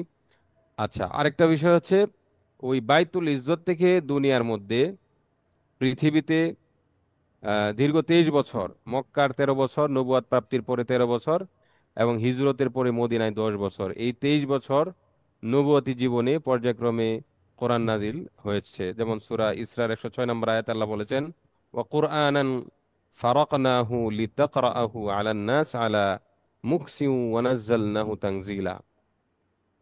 আচ্ছা, এখন ওহির অবতরণ কখন শুরু হয়েছিল আমরা সবাই জানি মোটামুটি, যারা রাসূল সাল্লাল্লাহু আলাইহি সাল্লাম সম্পর্কে আহ, ধারণা রাখি, যে রাসূল সাল্লাল্লাহু আলাইহি সাল্লামের বয়স যখন 40 বছর হয়েছিল, 40 বছর একদিন, একেবারে পরিষ্কারভাবে তাফসীর সিরাতের গ্রন্থগুলোতে বর্ণনা আছে যে 40 বছর একদিন যখন পূর্ণ হয়, সেদিনেই প্রকাশ্যভাবে নিয়মতান্ত্রিকভাবে নবুয়তের অবতরণ, ওহির অবতরণ শুরু হয়।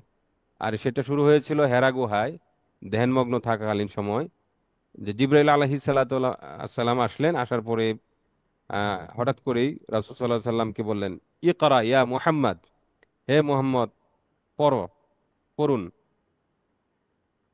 তো এইভাবে বলার পরে আল্লাহ রাসূল বলেন, মা আনা বিকারিন, আমি তো পড়তে পারি না। দ্বিতীয়বার বলেন ইকরা ইয়া তখন আল্লাহ রাসূলকে বুকে জড়িয়ে একটা চাপ দিলেন, আবার বললেন ইকরা ইয়া মুহাম্মদ। আল্লাহ রাসূল বলেন, মা আনা বিকারিন, আমি পড়তে পারি না। তখন সরি, মানে প্রথমবার দ্বিতীয়বার শুধু বললেন ইকরা ইয়া মুহাম্মদ, আল্লাহ রাসূল বলেন মা আনা বিকারিন। তৃতীয়বার জিবরাইল আলাইহিস সালাতু ওয়াস সালাম আল্লাহ রাসূলকে বুকে চাপ দিলেন এবং বললেন, ইকরা বিসমি রাব্বিকাল্লাযী খালাক, আপনি আপনার প্রভুর নামে পড়ুন যিনি আপনাকে সৃষ্টি করেছেন। যখন এই কথা বললো যে আপনি আপনার রবের নামে পড়া শুরু করুন, তখন আল্লাহ রাসূল সাল্লাল্লাহু আলাইহি সাল্লাম জিবরাইল আলাইহিস সালামের সাথে সূরা আলাকের 1 থেকে 5 নম্বর আয়াত পর্যন্ত তেলাওয়াত করেন, এবং এই 5 আয়াতেই সর্বপ্রথম কোরআনুল কারীমের নাজিল হয়, যার মাধ্যমে কোরআন অবতরণ শুরু হয়। তো এই যে একটা ঘটনা ঘটলো, জিবরাইল আলাইহিস সালামকে সশরীরে দেখে আল্লাহ রাসূল সাল্লাল্লাহু আলাইহি সাল্লাম অনেক ভয় পেয়ে গেছিলেন এবং শরীরে জ্বর আসছিল। আল্লাহ রাসূল যখন বাসায় গেলেন, তখন খাদিজা রাদিয়াল্লাহু তাআলা আনহাকে ডেকে বললেন, জাম্মিলুনি জাম্মিলুনি, আমাকে কম্বল দাও, আমার ঠান্ডা লাগছে, জ্বর আসছে। তখন ভয় পেয়ে এবং সেই ঘটনা বর্ণনা করলেন, লম্বা ঘটনা। তখন আল্লাহ রাসূল সাল্লাল্লাহু আলাইহি সাল্লামকে খাদিজা রাদিয়াল্লাহু তাআলা আনহা সান্ত্বনা দিয়ে বলেছিলেন যে না, আল্লাহর কসম, তা কখনোই হতে পারে না। কারণ আপনি আত্মীয়তার বন্ধন সুদৃঢ়কারী, গরিব দুঃখী সাহায্য সহযোগিতা করেন, অতিথি পরায়ণ, মানুষের বিপদে আপদে সাহায্য করেন। সুতরাং আপনাকে কখনো শয়তান আপনাকে ক্ষতি করতে পারবে না। নিশ্চয়ই আল্লাহর পক্ষ থেকে ফেরেশতা জিবরাইল এসে আপনাকে ওহী আপনার কাছে ওহী অবতরণ করেছেন। সুতরাং আপনি টেনশন করবেন না, পেরেশান হবেন না। তো এইভাবে থাকার পরে ওহীর অবতরণ বেশ কিছুদিন আবার বন্ধ হয়ে যায়, যেটাকে ফাতরাত বলা হয়। ফাতরাতে ওহী অবতরণের গ্যাপ যে সময়, এটাকে ফাতরাত বলা হয়। তো প্রায় 3 বছরের মতো ওহী অবতরণ বন্ধ থাকে। এর মধ্যে আল্লাহ রাসূল সাল্লাল্লাহু আলাইহি সাল্লাম আল্লাহ নির্দেশে আহ, আহ, পরিচিতদের মধ্যে ইসলামের দাওয়াত দিচ্ছিলেন। তো তারপরে হঠাৎ করে একদিন, আহ, যেটা আমরা বর্ণনায় দেখতে পাই, যে জিবরাইল আলাইহিস সালাতু ওয়াস সালাম একেবারে খোলা আকাশের মধ্যে ঝুলন্ত এক চেয়ারে বসে সশরীরে সাক্ষাৎ দিয়েছিলেন। এটা দেখে আবার আল্লাহ রাসূল ভয় পেয়েছিলেন। তো সেখানে ভয় পাওয়ার পরে আল্লাহ রাসূল সাল্লাল্লাহু আলাইহি সাল্লাম আবার জ্বরে আক্রান্ত হন। তখন এই সূরা মুদ্দাসিরের 5 আয়াত নাজিল হয়, ইয়া আইয়ুহাল মুদ্দাসির কুম ফাআনজির ওয়া রাব্বাকা ফাকাব্বির ওয়া সিয়াবাকা ফাতাহির ওয়ার রুজজা ফাহজুর। তো এই 5টি আয়াতের মাধ্যমে আবার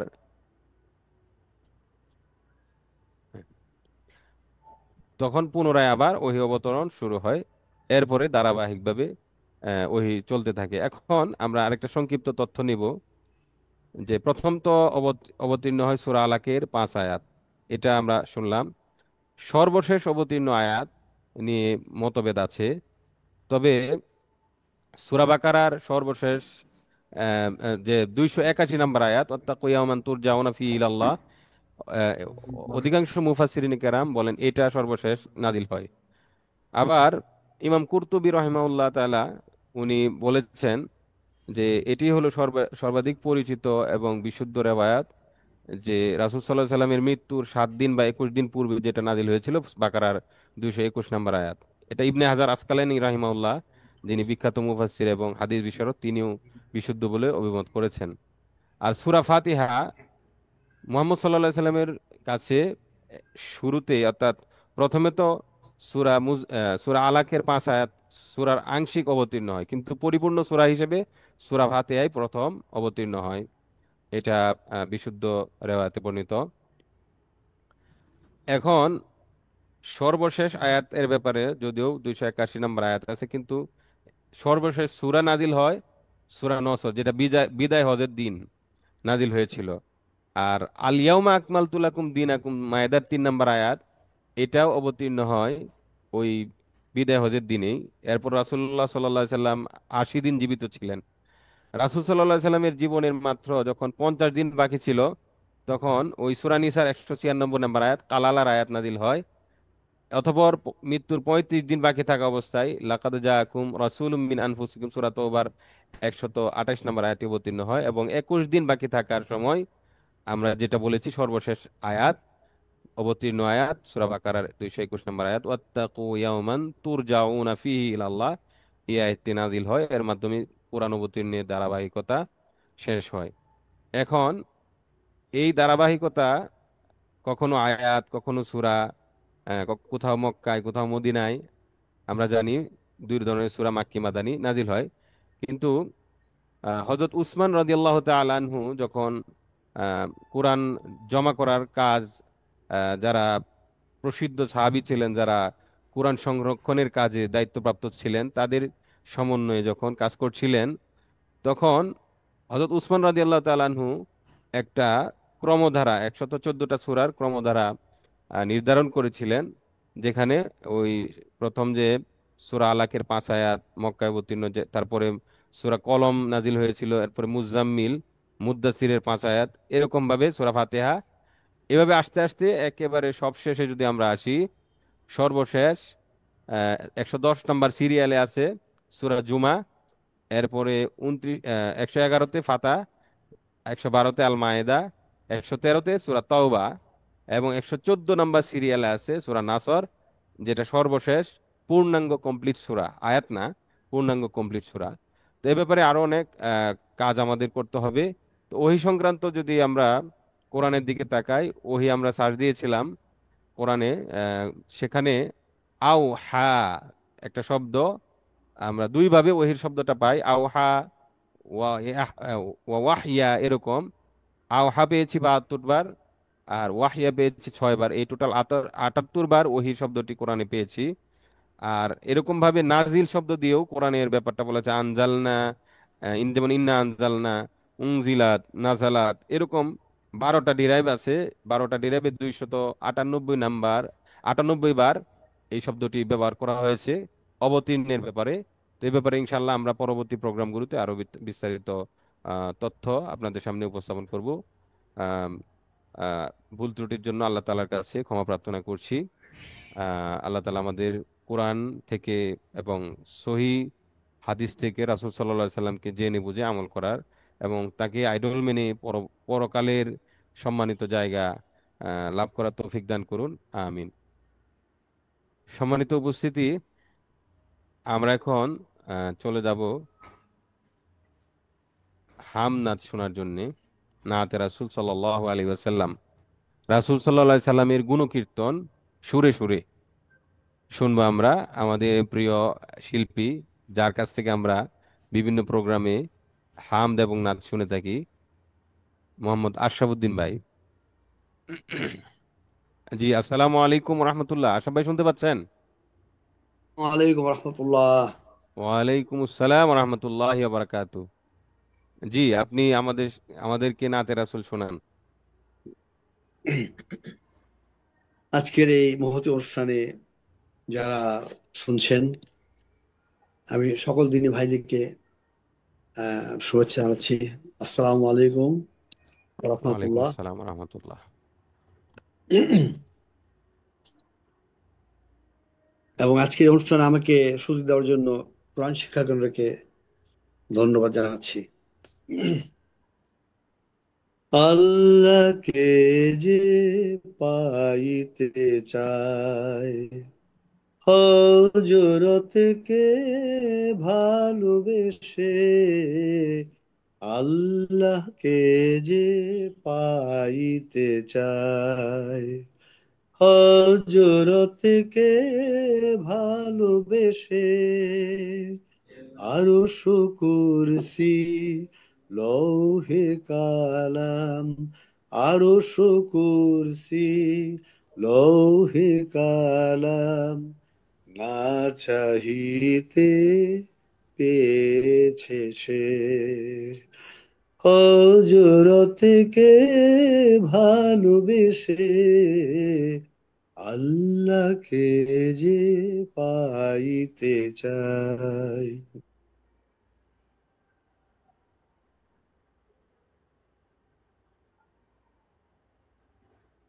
আরশ কুরসি লৌহে কালাম, আরশ কুরসি লৌহে কালাম, না চাহিতে পেয়েছে সে, হযরতকে ভালোবেসে, আল্লাহকে যে পাইতে চায়, হযরতকে ভালোবেসে, আল্লাহকে যে পাইতে চায়।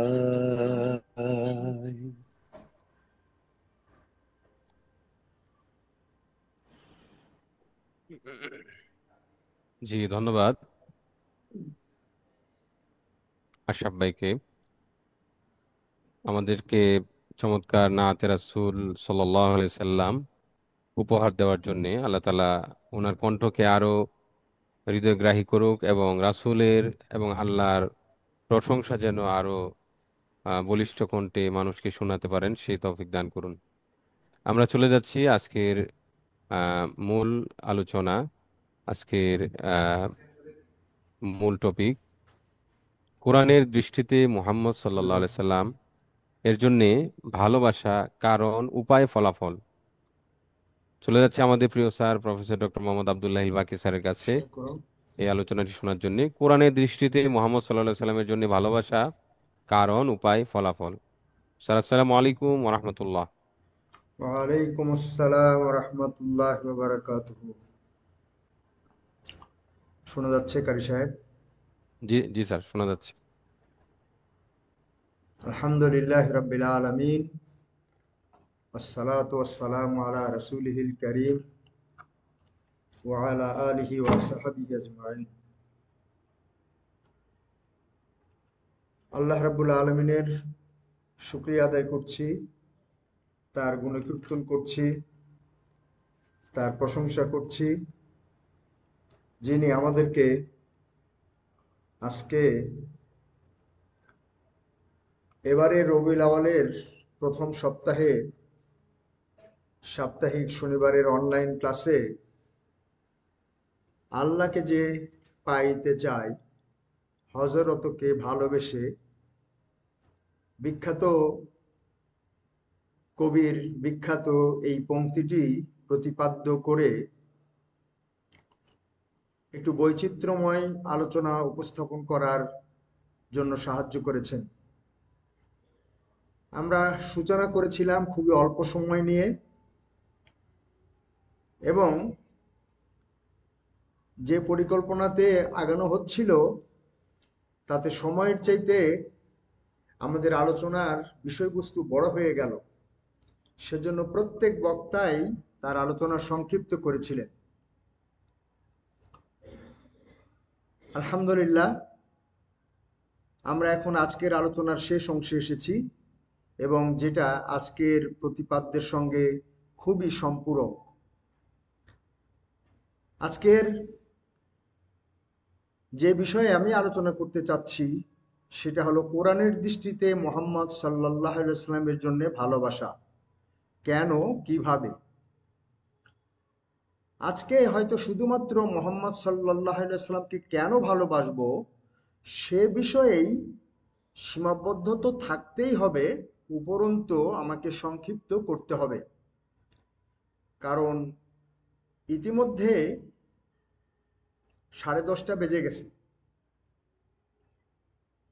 মোহাম্মদ সাল্লাল্লাহু আলাইহি সাল্লামকে ভালোবাসতে হবে কিভাবে, এটা আমাদেরকে আরো একদিন আলোচনা করতে হবে, এবং তারপরেও একদিন আলোচনা করতে হবে মোহাম্মদ সাল্লাল্লাহু আলাইহি সাল্লামকে ভালোবাসার প্রতিদান কি পাবো, আর যদি তাকে ভালো না বাসি তাহলে তার খেসারত কি দিতে হবে।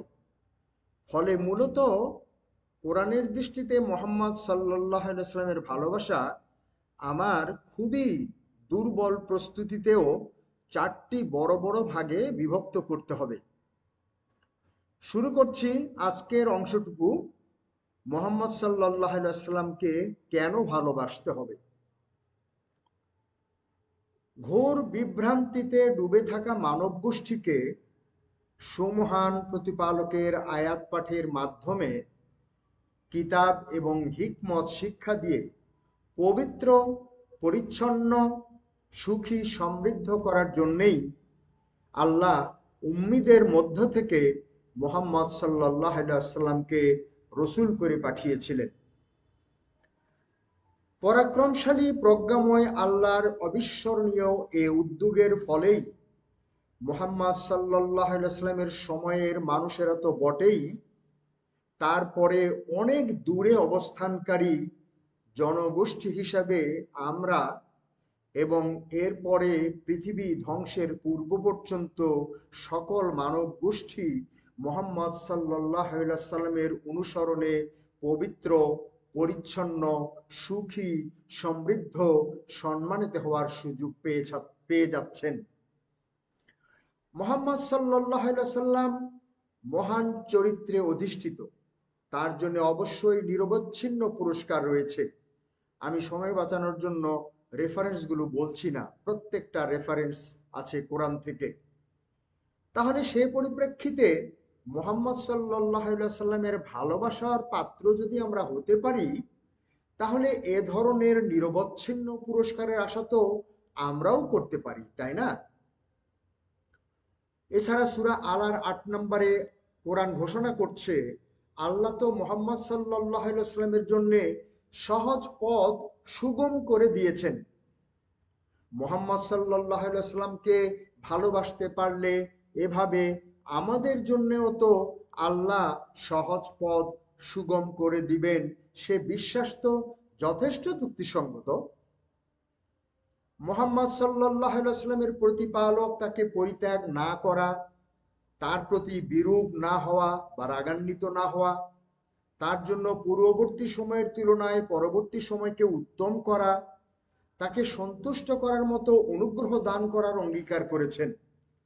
তিনি তাকে এতিম অবস্থায় আশ্রয় দিয়েছেন, পথ সম্পর্কে অনবহিত পেয়ে পথের নির্দেশ দিয়েছেন, নিঃস্ব অবস্থায় পেয়ে অভাবমুক্ত করেছেন।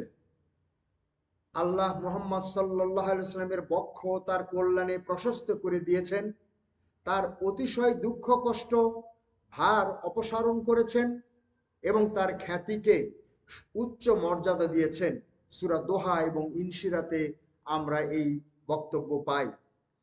কোরআনের এসব তথ্য থেকে খুবই পরিষ্কার বোঝা যায়, মুহাম্মদ সাল্লাল্লাহু আলাইহি সাল্লামের সাথে যদি খাতিরটা আমরা একটু বৃদ্ধি করতে পারি, তাহলে আমরাও এ ধরনের অভূতপূর্ব প্রাপ্তির পথে আগাতে পারি।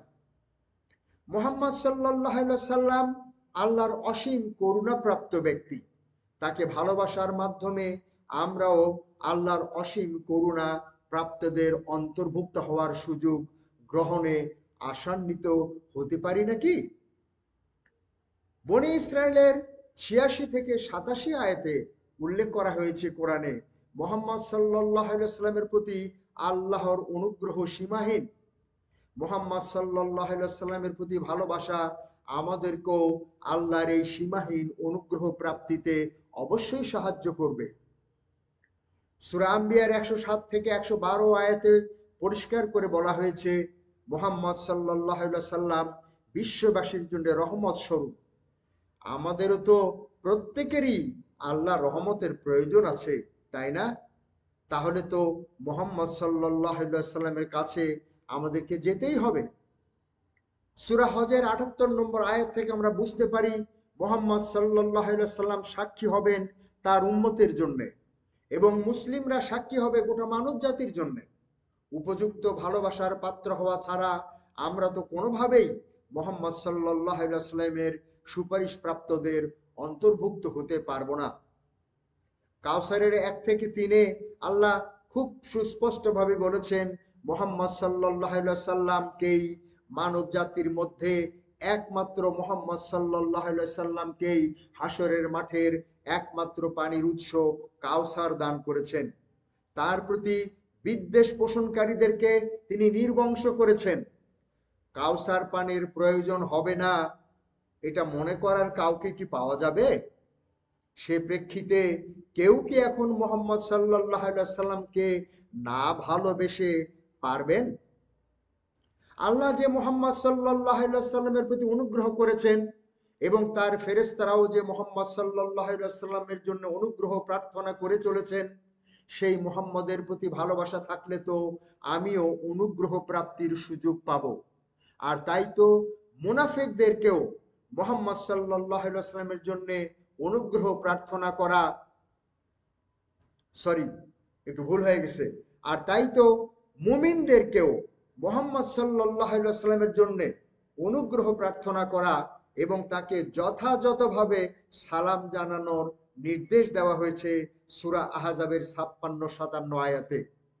মোহাম্মদ সাল্লাল্লাহু আলাইহি সাল্লামের জন্য সত্যিকার ভালোবাসা ছাড়া তার জন্য উপযুক্ত অনুগ্রহ প্রার্থনাই বা করব কিভাবে, এবং তাকে যথাযথভাবে সালামটা পর্যন্ত জানাতে পারবো না, এটাই তো স্বাভাবিক। এছাড়া মোহাম্মদ সাল্লাল্লাহু আলাইহি সাল্লাম সত্য, স্পষ্ট সত্যের উপরে প্রতিষ্ঠিত ছিলেন। এমত অবস্থায় স্পষ্ট সত্যের উপরে প্রতিষ্ঠিত হতে হলে আমাদেরকে তো অবশ্যই মোহাম্মদ সাল্লাল্লাহু আলাইহি সাল্লামকে ভালোবাসতেই হবে। মুহাম্মদ সাল্লাল্লাহু আলাইহি সাল্লাম আল্লাহর প্রেরিত সাক্ষী, সুসংবাদদাতা এবং সতর্ককারী। সুসংবাদের অধিকারী এবং সাবধান সতর্ক হওয়ার জন্য তাহলে মুহাম্মদ সাল্লাল্লাহু আলাইহি সাল্লামকে ভালোবাসার তো কোনোই বিকল্প নাই। মুহাম্মদ সাল্লাল্লাহু আলাইহি সাল্লাম মুমিনদের জন্য উত্তম আদর্শ।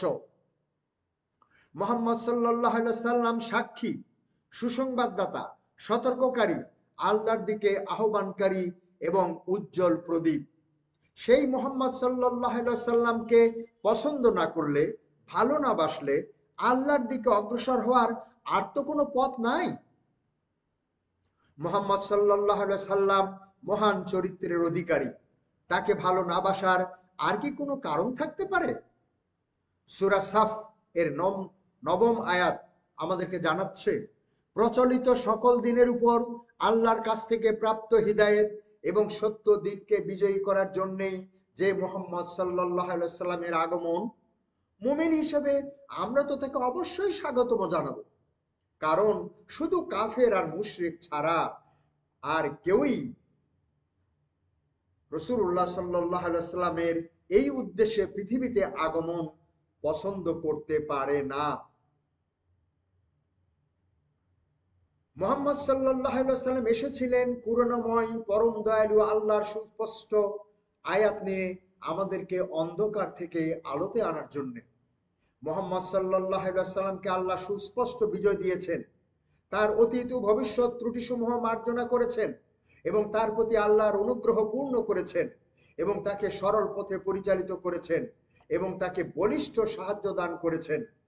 সে মুহাম্মদ সাল্লাল্লাহু আলাইহি সাল্লামকে যদি ভালো না বাসি, তাহলে আমাদের কি এই প্রাপ্তি পাওয়ার আর কোনো উপায় থাকবে? আল্লাহর ফেরেশতাদেরকে কে না ভালোবাসে? সেরা ফেরেশতা জিবরাইল। মুহাম্মদ সাল্লাল্লাহু আলাইহি সাল্লাম সেই জিবরাইলকে দেখেছেন কতবার, কতভাবে। সেই মুহাম্মদ সাল্লাল্লাহু আলাইহি সাল্লামকে তাহলে আমাদের কতটা ভালোবাসা উচিত? মুমিন হিসেবে আমরা সবাই এটা আশা করি যে আল্লাহর কাছে বিশুদ্ধ তওবা করার মাধ্যমে আমাদের মন্দ কর্মগুলি মোচন করে আল্লাহ একদিন আমাদেরকে পাদদেশে নদী প্রবাহিত জান্নাতে দাখিল করবেন। সেদিন আল্লাহ মুহাম্মদ সাল্লাল্লাহু আলাইহি সাল্লাম এবং তার মুমিন সঙ্গী হিসাবে আমাদেরকেও লজ্জা দিবেন না। আমাদের সামনে সেদিন ডানে এবং সামনে জ্যোতি বা আলো অগ্রসর হবে। আমরা আমাদের সর্ববিষয়ে সর্বশক্তিমান প্রতিপালককে সেদিন আমাদের জন্য তার এই জ্যোতিকে পূর্ণতা দান করা এবং আমাদেরকে ক্ষমা করার জন্য আবদার করব, সেই সুযোগ পাব। এরপরেও মোহাম্মদ সাল্লাল্লাহু আলাইহি সাল্লামকে ভালোবেসে তার সঙ্গী হতে চান না এমন কি কেউ থাকা উচিত? মোহাম্মদ সাল্লাল্লাহু আলাইহি সাল্লামকে বন্ধু বানানোর গুরুত্ব প্রসঙ্গে কোরআন কি চমৎকার ভাবে বলেছে। মোহাম্মদ সাল্লাল্লাহু আলাইহি সাল্লাম মুমিনদের বন্ধু এবং তারাই আল্লাহর বিজয়ী দলের অন্তর্ভুক্ত। প্রশ্ন হলো, আমরা কি মোহাম্মদ সাল্লাল্লাহু আলাইহি সাল্লামের বন্ধু? সূরা মায়েদার 55 থেকে 56 আয়াতে এই উপস্থাপনার পরিপ্রেক্ষিতে এই প্রশ্নের জবাব কি দিব আমরা? আমরা কি মোহাম্মদ সাল্লাল্লাহু আলাইহি সাল্লামের বন্ধু? আমরা কি তাকে সত্যিই ভালোবাসি? কে না জানে ভালোবাসা ছাড়া তো বন্ধুত্ব হয় না। সূরা তওবার 16 আয়াতে মুমিনদের জন্য মোহাম্মদ সাল্লাল্লাহু আলাইহি সাল্লামকে বন্ধু বানানোর গুরুত্ব প্রসঙ্গে বলা হয়েছে, তোমরা কি মনে করো যে তোমাদেরকে এমনি ছেড়ে দেওয়া হবে?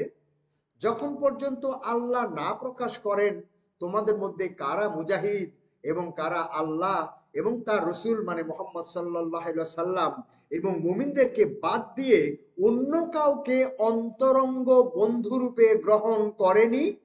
এটা আল্লাহ দেখতে চায় যে কারা মোহাম্মদ সাল্লাল্লাহু আলাইহি সাল্লামকে অন্তরঙ্গ বন্ধু বানিয়েছে আর কারা তাকে বাদ দিয়ে দুনিয়াবি ফায়দা হাসিল করার জন্য মোহাম্মদের শত্রুদেরকে বন্ধু বানিয়েছে।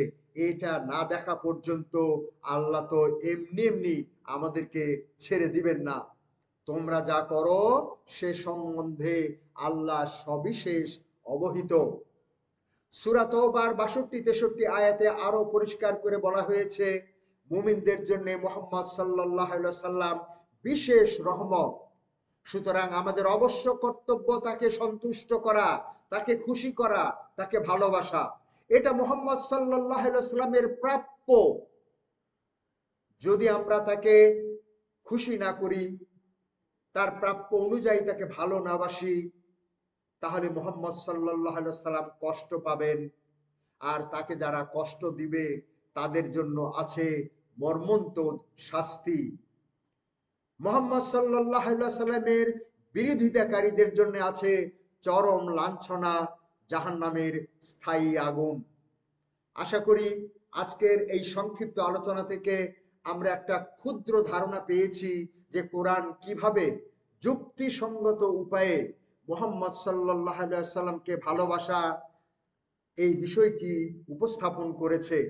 আল্লাহ রাব্বুল আলামিন আমার সব ধরনের দুর্বলতা ত্রুটি বিচ্যুতি ক্ষমা করুন এবং আমাকে সংশোধন হওয়ার সুযোগ দিন। যারা কষ্ট করে আমাদের এই লেকচার এই উপস্থাপনাতে সময় দিচ্ছেন তাদেরকে এর চাইতেও আরো যোগ্যতর পদ্ধতিতে কোরআন থেকে হাদিস থেকে মুহাম্মদ সাল্লাল্লাহু আলাইহি সাল্লামের প্রতি ভালোবাসার কারণ এবং সেইটা পাওয়ার উপায় এবং মুহাম্মদ সাল্লাল্লাহু আলাইহি সাল্লামকে ভালোবাসার কি প্রতিদান, কি প্রতিফল, কি ফলাফল আমরা পেতে পারি, অন্যদিকে তাকে ভালো না বাসলে আমরা দুনিয়া এবং আখেরাতে কি ধরনের ক্ষতির সম্মুখীন হব, এ ব্যাপারে ভবিষ্যতে উপযুক্ত উপস্থাপনা তৈরি করে তা উপস্থাপন করার তৌফিক দান করুন। ওয়া আখিরু দাওয়ানা আলহামদুলিল্লাহি রাব্বিল আলামিন।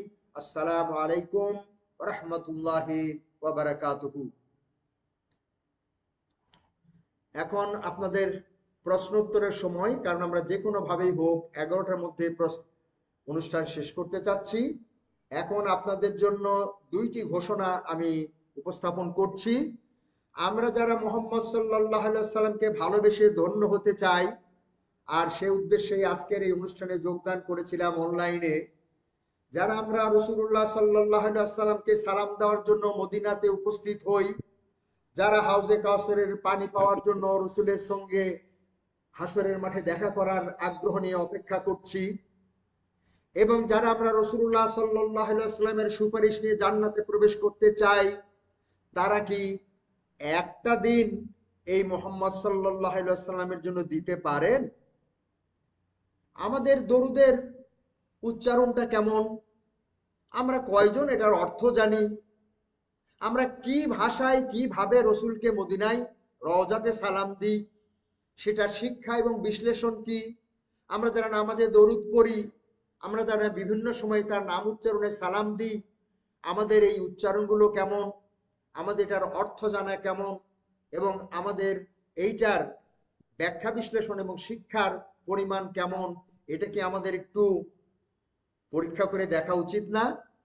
এছাড়া আমরা রবিউল আউয়াল মাসে রসুলকে কোথায় রাখছি, রসুল কোথায় আছেন, রসুল কোথায় নাই, আমাদের ব্যবসা বাণিজ্যে রসুল কোথায়, শিক্ষা প্রতিষ্ঠানে রসুল কোথায়, আমাদের মসজিদগুলোতে রসুল কোথায়, এই বিষয়গুলো কি আমরা একটু পর্যালোচনা করতে পারি না? রসুল কতটুকু আছেন, কোথায়? আমার পরিবারে রসুল কেমন আছেন, আমার ছেলে আমার মেয়েদের মধ্যে রসুল কেমন আছেন, আমার স্বামী আমাদের স্ত্রীদের সঙ্গে রসুল কেমন আছেন, এগুলো কি আমাদের একটু পর্যালোচনা করা উচিত না? কোরআন শিক্ষা গবেষণা প্রশিক্ষণ কেন্দ্র এসব বিষয়কে বিবেচনা করে এবার আগামী 4 সেপ্টেম্বরের বৃহস্পতিবার রাতে একটা কিয়ামুল লাইল, এবং পরের দিন শুক্রবার 5 সেপ্টেম্বর সকাল 9টা থেকে বিকাল 5টা পর্যন্ত একটা রসুল কে জানি কোরআন থেকে এ বিষয়ে একটা ভিন্ন ধরনের উপস্থাপনা দেওয়ার উদ্যোগ গ্রহণ করেছেন। যারা রেজিস্ট্রেশন করবেন তারাই শুধু সুযোগ পাবেন। আগামী 3 মধ্যে আপনারা দয়া করে রেজিস্ট্রেশন করে ফেলবেন। যারা দুপুরে এবং সকালে নাস্তা অংশগ্রহণ করবেন তাদেরকে 400 টাকা দিয়ে রেজিস্ট্রেশন করতে হবে। যারা আশেপাশের দুপুরে খাবেন না, সকালে নাস্তা খাবেন না, বাসায় খাবেন, তারা শুধু 100 টাকা দিয়ে রেজিস্ট্রেশন করবেন। এ ব্যাপারে ইতিমধ্যে আমরা একটা প্রচারণা চালিয়েছি, হয়তো কাল পরশুর মধ্যে নতুন করে আবার একটা প্রচারণা চালানো হবে। এই অনুষ্ঠানকে কোনো গতানুগতিক সিরাতের মাহফিল মনে করবেন না। এটার মাধ্যমে আমাদের অনেক অজানা আনুষ্ঠানিকতা সম্পর্কে ধারণা, এবং রবিউল আউয়াল নিয়ে, মোহাম্মদ সাল্লাল্লাহু আলাইহি সাল্লাম নিয়ে আমাদের আরো কত রকমের কত কিছু বাস্তবে করা উচিত, সেটা আমরা একটু তুলে ধরার চেষ্টা করব। এবং মাঠে ময়দানে যারা রসুলকে নিয়ে কাজ করবে, রসুলের সঙ্গে যারা সময় দিবে, রসুলকে যারা সহযোগিতা করবে, তাদেরকে আমরা একটু একত্রিত করার উদ্যোগ গ্রহণ করেছি। আল্লাহ রাব্বুল আলামিন সর্বতোভাবে আমাদের এই প্রচেষ্টাকে কবুল করুন এবং সাহায্য করে এটাকে 100% সফল করুন, এই কামনা করছি। আপনাদের কাছেও দোয়া চাচ্ছি, দোয়া করতে বলছি আমাদের এই অনুষ্ঠানকে সফল করে করার জন্য। আপনারাও সময় অসময়ে একটু দয়া করে দোয়া করবেন এবং সুবিধা অসুবিধা বিবেচনা করে আপনারা সর্বতোভাবে অংশগ্রহণ করবেন। যারা রাত এবং দিন দুটাই পারবেন তারা তো মাশাআল্লাহ অনেক ভালো। যারা রাতে পারবেন না, শুধু দিনে পারবেন, তারাও লজ্জিত হবেন না, দিনেই চলে আসেন ইনশাআল্লাহ। যে কোনো ভাবে আপনারা এই প্রোগ্রামে অংশগ্রহণ করার জন্য চেষ্টা করেন। আল্লাহ রাব্বুল আলামিন আমাদের সকল ছোট বড় বানানো আসল সব অসুবিধা দূর করে এখানে আসার তৌফিক দান করুন। ওয়া আখিরু দাওয়ানা আলহামদুলিল্লাহি রাব্বিল আলামিন। আসসালামু আলাইকুম ওয়া রাহমাতুল্লাহি ওয়া বারাকাতুহু। জি, এখন প্রশ্নোত্তর, মন্তব্য, প্রস্তাব, পরামর্শ।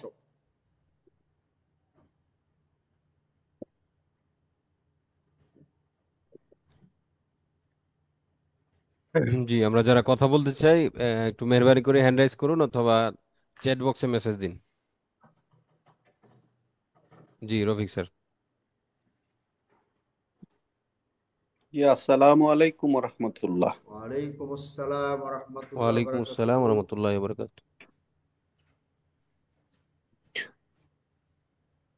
খুবই আমি খুবই আপ্লুত এবং অনেক বলবো আনন্দিত যে আপনারা এরকম একটা রাসূলের এই নবী মুহাম্মদ সাল্লাল্লাহু আলাইহি সাল্লামের জন্ম মাসে এরকম একটা আলোচনার ব্যবস্থা করেছেন।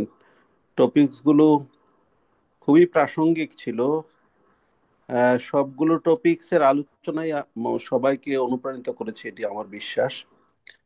বিশেষ করে আব্দুল খালেক ভাইয়ের যে উপস্থাপনা ছিল, তার কম্পোজিশন, কনস্ট্রাকশন, আমাকে আমি বলবো যে দর্শকদেরকে বা শ্রোতাদেরকে খুবই আহ, আবেগ আপ্লুত করেছে এবং অনেক ইনফরমেটিভ ছিল। আহ, আমি আপনি যে এই মাসকে কেন্দ্র করে যে সমস্ত প্রোগ্রামের চিন্তা করেছেন, আপনাদের 4 তারিখ সহ, এবং আমাকেও বলেছিলেন যে শেরেবাংলা কৃষি বিশ্ববিদ্যালয়ে কোনো প্রোগ্রাম করতে পারেন কিনা। আমার কাছে মনে হয় আজকের যে প্রোগ্রামটা হয়েছে, এই আলোচনা, এই এই মডেলেই কিন্তু একটা অনুষ্ঠান হতে পারে। আমি বলবো যে এই এই আলোচনাগুলো যদি এই মাসের মধ্যে আরো বেশি হয়, বিশেষ করে স্পোরাডিক প্রোগ্রামে, আমরা এত একসাথে অনেক গ্যাদারিং না করে 100, 150, 200 কিংবা 50, 100 এভাবে স্পোরাডিকলি যদি স্থানে স্থানে করা যায়, তাইলে রাসূলের, সত্যিকার অর্থে রাসূলের প্রতি আমাদের ভালোবাসা এবং আমাদের যে আনুগত্যের বিষয়টা, দাবি এবং তার সম্পর্কে জানার বিষয়টা পরিপূর্ণ হবে। আমি এইরকম একটি আলোচনা আয়োজন করার জন্য বা এই ব্যাপারে শ্রম দেওয়ার জন্য আপনাদের কাছে, আল্লাহর কাছে দোয়া করতেছি, উত্তম যা যা কামনা করছি। আমি মনে করি যে এই জাতীয় প্রোগ্রাম আরো বেশি হওয়া দরকার, এই অনলাইন সহ অফলাইনও আর কিভাবে করতে করতে পারেন। আমার পক্ষে যদি, আমাকে যদি বলেন, আমি আমার পক্ষ থেকে যতটুকু সহযোগিতা করার করতে পারবো ইনশাআল্লাহ। ধন্যবাদ সবাইকে। জি, জি, রফিক ভাইকে ধন্যবাদ। অনেক অনেক ধন্যবাদ আপনার মন্তব্যের জন্য। আমরা আশা করি আমাদের এখন সকল আহ, শক্তি আমরা নিয়োগ করব 5 তারিখ এর প্রোগ্রামটাকে সফল করার জন্য। সেদিনই অংশগ্রহণকারীদেরকে আমরা ব্যক্তিগত, পারিবারিক এবং সামাজিক, প্রতিষ্ঠান ভিত্তিক, মসজিদ ভিত্তিক রসুল্লাহ সাল্লাহ সাল্লামকে নিয়ে কি ধরনের প্রোগ্রাম, কি ধরনের অনুষ্ঠান, কি ধরনের লেখাপড়া, গবেষণা, প্রকাশনা ইত্যাদি করা যেতে পারে এর উপরে ইনশাআল্লাহ আমরা একটা বিস্তারিত কর্ম পরিকল্পনা দিতে পারবো। দোয়া করবেন যেন আমরা এই 4-5 দিনের মধ্যে বিষয়টাকে সাজিয়ে নিই এবং উপযুক্ত ভাই বোনরা তারা যেন আমাদের এদিকে মনোযোগ দেন, তারা যেন আসতে পারেন, সে ব্যাপারে তাদেরকে সহযোগিতা করতে পারি। দোয়া করবেন ইনশাআল্লাহ।